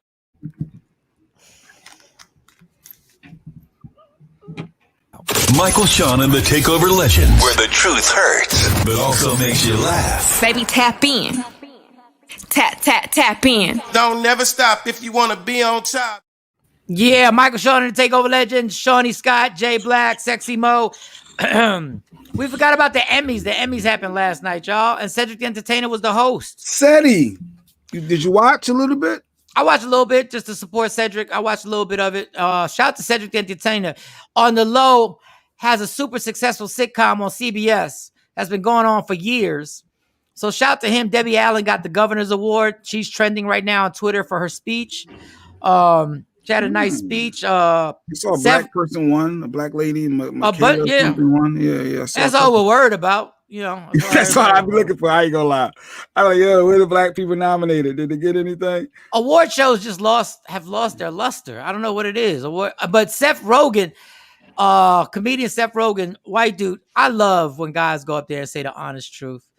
He was like, this was supposed to be outside. You know, the whole COVID, everybody, the fake caring. I didn't make that up. Lil Duval made that up, or whoever made it up. The fake caring. He was like, why do we have all these people in this little room with a roof? It was supposed to be outside. He said, if I've known this, I wouldn't have came. I'm telling you, this whole fake caring about COVID thing. I'm just baffled. They're like, everybody had to bring their vaccination card and all this other stuff, but y'all all lumped in. You know, if you're vaccinated, you can still get it, right? So what are we doing? No, they don't know that. They think that if they're vaccinated, but everybody knows it now. Everybody gets it. Everybody's like, you know, come to find. I mean, I won't even get into that whole thing. But shout out to everybody at the Emmys. There was a lot of winners over there. And Kenan Thompson didn't win. I saw him in there with the tight suit on. Looked like he lost weight. I was like, okay, Kenan Thompson, but he lost. They didn't. Michael K. Williams did win. I thought they was gonna give him a sympathy award for passing away. He didn't have to give him a sympathy award. I forget what is the name of the thing that he destroyed it, and everybody was like giving him critical acclaim for it. Damn, it's on Netflix. Has got so many damn shows. It's hard to keep up on how many shows. So a lot of people thought Michael K. Williams was going to win. Lovecraft Country. Yes, Lovecraft Country on Netflix is getting rave reviews. There's so many shows and movies and everything. I can't keep. I have to. You know what the thing about Netflix is? I don't know if just not Netflix, but especially Netflix because they're really good at this. You know when you skim through and they give you a preview, they give you like a trailer and it looks good. You're like, okay, I might watch that. I might watch that. Yeah. Then you go to the next one, they give you a trailer. Oh, I might watch that. That look okay. And then you go to another one. Then by the time you forget what was the one that you really wanted to watch, you're like, the hardest thing to do. So many of them. Yeah. The hardest thing to choose is which one are you going to commit to now? Like, what am I going to commit? Because I just watched one. What was the name of it? Oh, man. And I committed to it. And I hated it. But I was already in the middle of it. So I said, let me just keep going with this. I just did that with clickbait. There's a thing called clickbait. Is a series. Yeah, I skipped. I skipped. I want to try that clickbait. I tried it. I had to finish it. It was about a guy, family man that was allegedly having affairs with a bunch of different women, and he was captured. And after a certain number of hits on the internet of clicks from 5 million views, he would die. So it was a whole. Yeah, so you had to figure out how did he die? Did he die? Who killed him? All the suspects, and it was a whole first season one. It was good. It actually turned out to be good, and it was our guy from Entourage, the main host, the guy from Entourage, which I heard Entourage may be coming back, which is my favorite show at one point. But yeah, it was good. It was a good clickbait was good. Entourage was one of my favorites. The Sopranos have a movie coming out where it takes them from when they're kids. But what are you gonna say, Shawnee? No, I was just like, so the show is about him picking up. So he want to die. That's why he keep meeting. No, he didn't want to die. He was a family man. He just got kidnapped, and then as he got kidnapped, the killers had him. They was beating him up, and he was holding up signs saying, "I abused women," or I killed the women. It was just portraying him as not talking, but holding up signs of things that he may have done indiscretions in his life. And after 5 million views of people watching that, he was going to die. They was going to kill him. So the police and his family trying to figure out where is he held captive at, who's holding him captive, is he really dead? How did he die? And then so it's a whole journey of 8 episodes. It was I think 8 episodes. It was good though. It was good. Like I said, it had me because now when I watch stuff like that, I need to see how is it going to end. I don't give up on shows. And that actually it piqued my interest and it was good. There's one show that was just, and then the thing I hate, and we all somebody said, I am Shelly. It's about catfishing. Yes, it's about cat. Yeah, basically, it was a catfishing. I didn't want to give it away. I didn't want to say exactly what happened, but it was basically about being catfished. And was it really him that did that, or was he falsely, somebody using his images? I just like Netflix got to do a better job at like Ozark is one of my favorites. That show. Yes, Ozark I wish they would bring that back. They are bringing it back, but they never tell you when it's coming back. Like you just gotta wait. And there was this little show my kids put me on called On the Block. So I watched On the Block. On the Block is so dope. It's so dope that Stacey made the announcement in the household. Like it was like. She was like, On the Block is coming back. I forget what month she said, but y'all got to stop this. Like then when they bring it back and everybody's made this critique, when they bring it back, now you got to watch the last few seasons because you forgot where you left off. Now, yes. Ozark, I know exactly where I left off on Ozark. Yeah, that ending, woo, that tripped me out. I was like, damn. I was ready. I'm ready for them to come back on. That and I'm still waiting for Raising Dion season 2. Me and my boy, we really like Raising Dion. That's the Michael B. Jordan series with the little boy with superpowers. So it was really, really good and waiting for season 2. So they almost lost me with Raising Dion. I watched it. I liked it. And then they were like, I was like, oh, this is getting a little weird. This not weird, but I was like, it's not believable. Then I started liking it again. And then it stopped. And I was like, oh, I just watched one. Oh, what was the last one? Let me tell you what the sick feeling about what Netflix has got us on. When you're watching something with episodes and you finish an episode and you see that box start filling up for the next episode, you ready, right? Yeah. And then you see that box fill, I'm ready. It's 1:00 in the morning. I don't give a damn. I'm ready. Let's go. Y'all got me. When that box doesn't fill up and the boxes come up, well, if you enjoyed this, maybe you enjoy these other. You're like, no. Yeah, like, no, I want to watch the rest of that. That's it. Where's the season 2? Let's go. Yeah. So that happened to me on an airplane. I was so pissed. I was like, oh, never saw Ozark. Not one man action. You would love it. Listen. Oh my God. Man, Ozark is so good that if somebody didn't watch it, I would literally binge watch it with you. Yes, I'll put that back on. My kids Yes, my kids watched On the Block, I believe, October for Ozark. Oh, listen. Ozark is kids, it's cartoon. Like, what is Ozark? No. On the Block is On the Block was just, you'd like it too, but Ozark is adults. And when I tell you the complex scam that goes, I can't, if I wanted to explain it to you.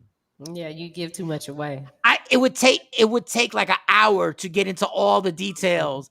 And the lead actor, one of my favorite actors. He was in that's not Kevin Bacon. That's dog. He's one of my favorite actors ever. He was in the movie where Will Smith was the drunk superhero. Hancock. He was the guy in Hancock trying to freshen up his persona and trying to be like his publicist. Damn, what is my dude's name? So his name is what the Ozark is about. It's a financial advisor and his family are forced to relocate after dealing with a drug cartel. And everything goes like so. Jason Bateman. That's his Jason Bateman. Yeah. Is one of my favorite actors because Jason Bateman, even when he's bad, he acts the same nonchalant, casual, super smart dude who has a sarcastic, like everything about him is sarcasm. But he stays so calm under the most pressure in Ozark. Like he never. It's 4 seasons deep. Yeah. They could be like, "We're coming to kill you. We're going to kill you right now," and they had the guns to his head, and he's like, "Okay, let's talk about I don't see any black cast. Let's talk about this." Jay, everything you watch doesn't have to have a black cast master. Oh, it's just something that immediately grabbed my. I like to see people that look like me. Nah, I know people that look like you in this. On that side. That's why I watch Big Brother. Maybe. That's why I watch Big Brother right now. It's all about Big Brother. But it's still a good. It's amazing. That is a good series.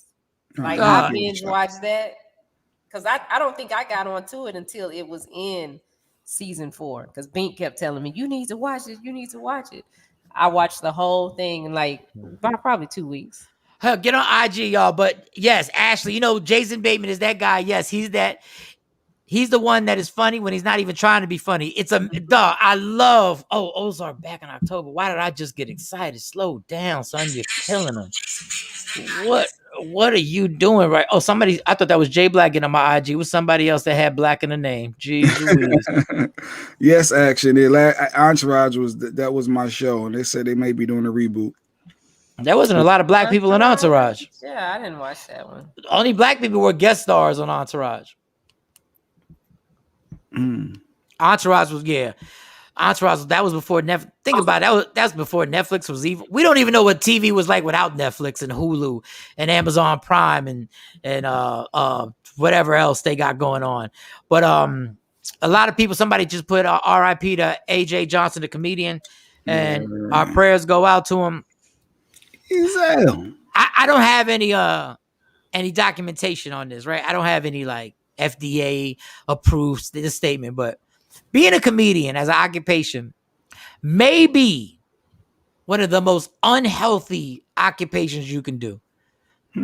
Because literally, you don't get a lot of sleep. You don't get the sleep you're supposed to get most of the time.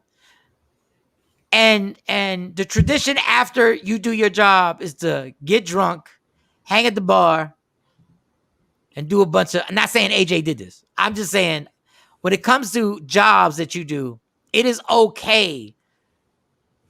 It's not frowned upon for drug use. Once again, I'm not saying AJ Johnson did this. I just said it's an unhealthy. Like when I see what Kevin Hart's doing about getting in shape and being like that, I really am like proud that dude has made it a trend for us to really try and get in shape and really try and work out and stuff like that. Because man, I tell y'all people, all y'all people say I sleep when I die. I'll say it 1,000 times. That's the dumbest statement ever. That's not sleep. Like health is really something that we take for granted. And I do too. But I tell you, everything changes when I get me 7 hours of sleep or 6 hours of sleep. Everything changes. Oh, this girl's in the car. Sexy Mo's back. Oh, Is Shawnee on the? For the last I couple minutes. requested it. Yeah. So How much time we here, got? Go ahead. so herein lies the problem. How do you forget your What? school bag? I handed it to I've you done at it the door. before. I handed it to you at the door. But It as a happens. parent, as a parent, you before you pull off, you're supposed to say, "All right, let me got that bag. You got no. Here I go." I handed it to you at the door. So what You did had he to do? take Did that. he sit it down? He set it down because he had to take that last minute. I gotta go to the bathroom, which all you men do for some reason before you go out the house. You gotta go to the bathroom taking again. shots. Oh, you I'm just man. saying. Well, don't feel bad. I had to come back in too because they needed money. Today is picture day, so they needed cash. So I had to come back in to get the cash. So wait, when did you realize he didn't have his bag? When you pulled up at the school and you got to come back to get it, or did you have to turn Pulled up around? at the school and I didn't Yeah, check happens. and said, "Do you have everything? Leave your phone. You got your mask, the checklist." And he's like, "Where's my bag? Can you hand me my bag?" I'm like, "Your bag? I stopped carrying that last year."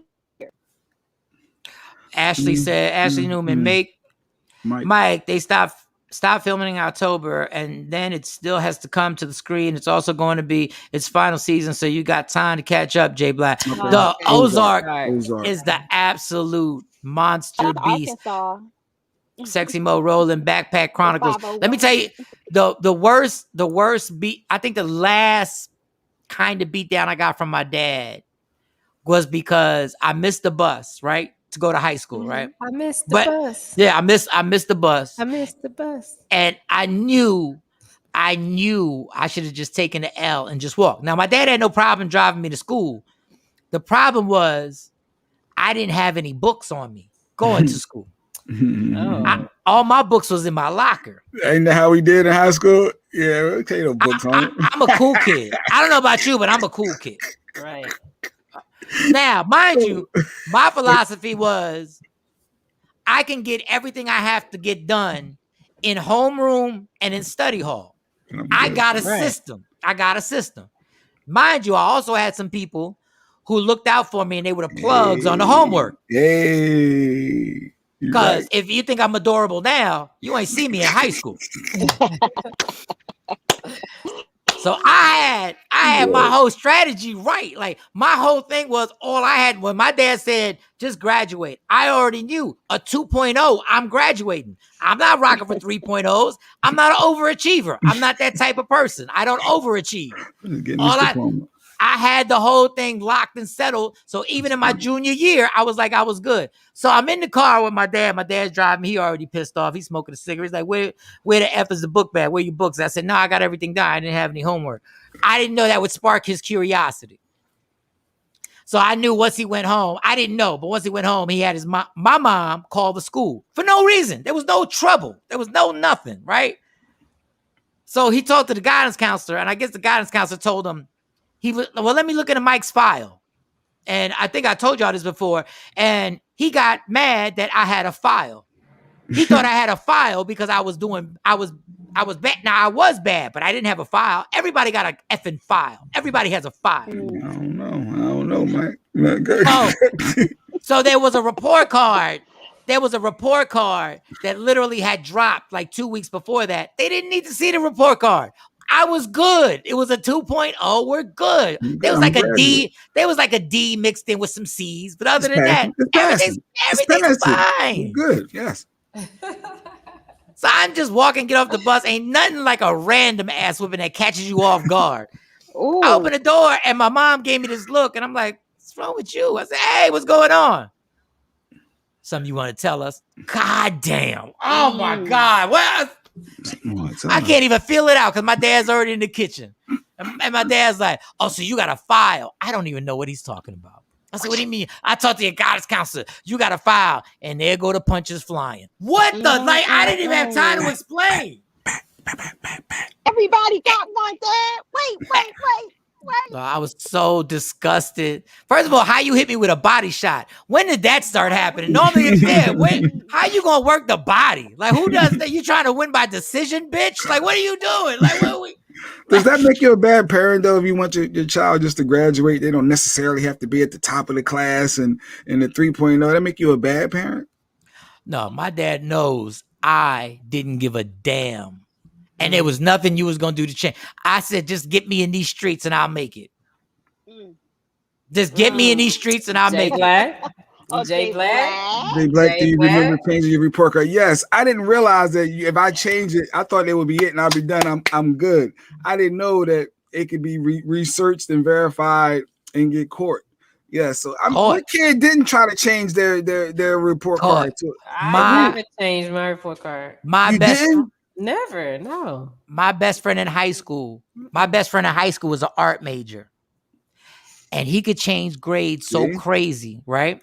And he could change, these are the computer generated grades. These ain't no handwritten. He knew how to change the computer generated grades, right? So when we got it popping, he changed my grade. And obviously, when you change the grade for one marking period, you got to go back, as Jay Black didn't know. You got to change the grade for the other marking period. And you got to realize these ain't your real grades. So in your mind, you have to remember, if you want to get a C, this ain't your real grades. And you can't be too extreme because my parents ain't going to believe they're going to be no A's and B's. Unless I've been having A's and B's in gym. They ain't doing that. That's not what I do. So I hustled it up. And I started getting people I spread the word, right? I spread the word that if you want your grades changed for one semester, this was the price. It is. But if you wanted to keep coming back every semester, this was going to be the price. So during homeroom, they would come. His name was Deli. His real name was Oladiday Bar. Okay, that was his whole name. Oladiday Bar. So we got no. He was black. But his mom, I guess, I don't know. My lady, dude. All I know is that the scam was going great. I was keeping up my end of the bargain. I knew my third marking period, I was gonna have to bring these grades up. So I was rocking. We was getting all these report cards. We were all good. Oladiday Bar got caught changing his own report card. Everybody was good. But he slipped up on his own report card. You heard the psychic say you can't do stuff for yourself sometimes. Like, no. And he was our science teacher. He was a huge man. Mr. Gary was like 6'4", 275 pounds, former wrestler and football player, and he was the leader of the African American club. And he came into our homeroom, and he asked to see Deli. Court. And they took Deli out, and I was like, "Yo, the gig is up." And I was giggling till they came back in and they called my ass. How you snitch and say I need names. Everybody is you going down too, Mike. So we all went down.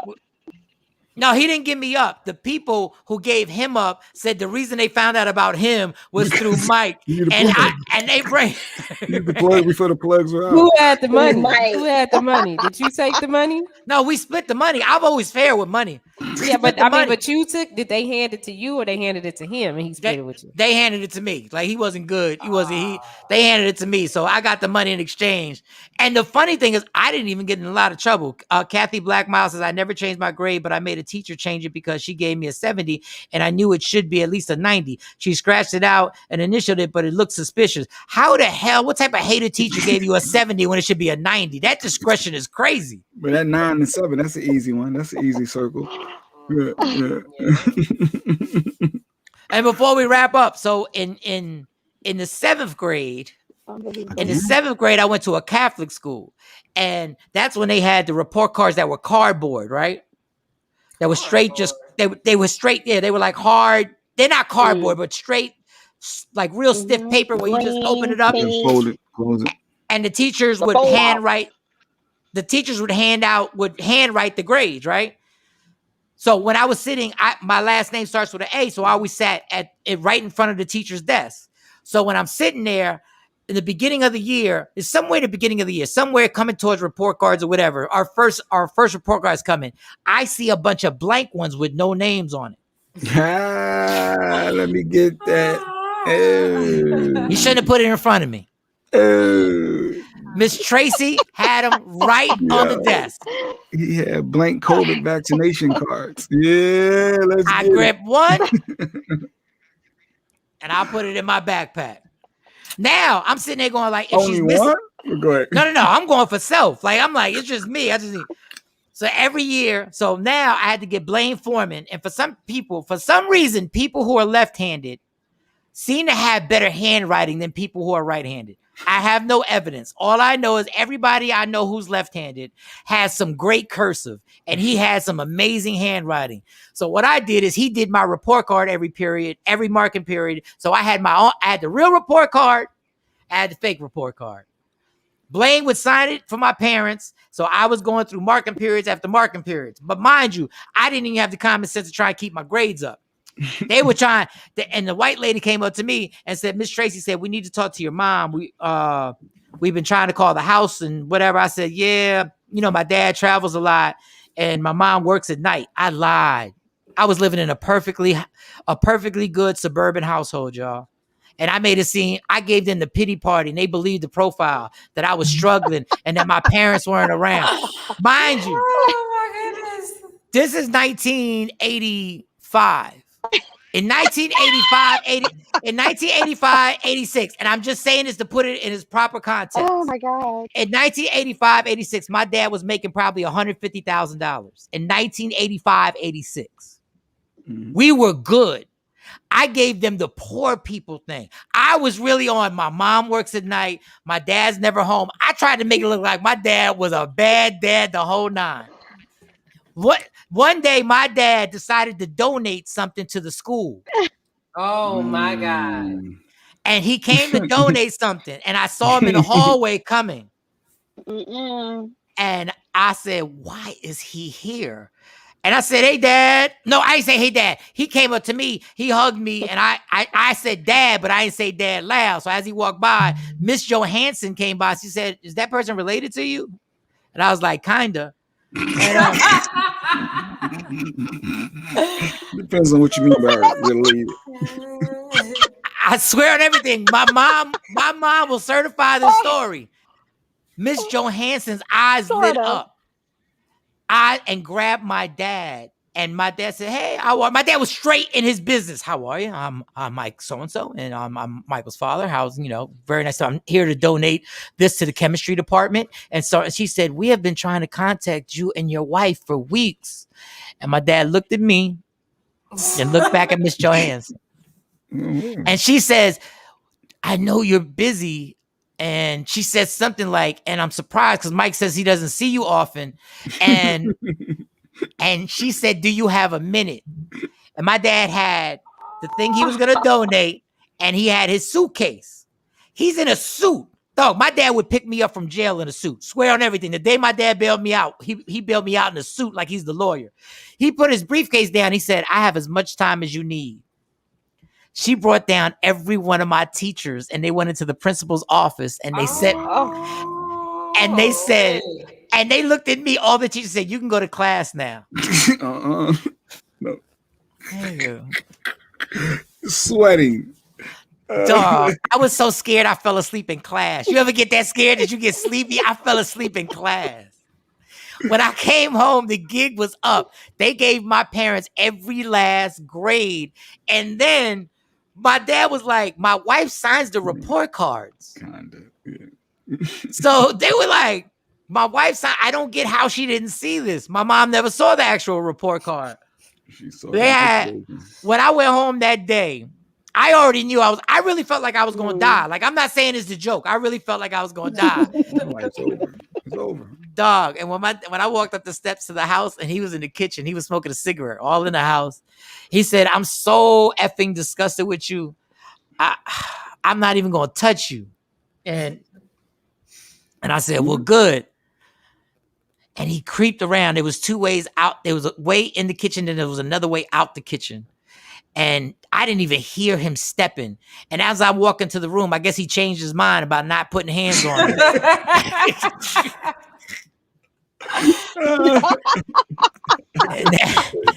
and that mother beat me. He beat me down the hallway. He beat me into the room.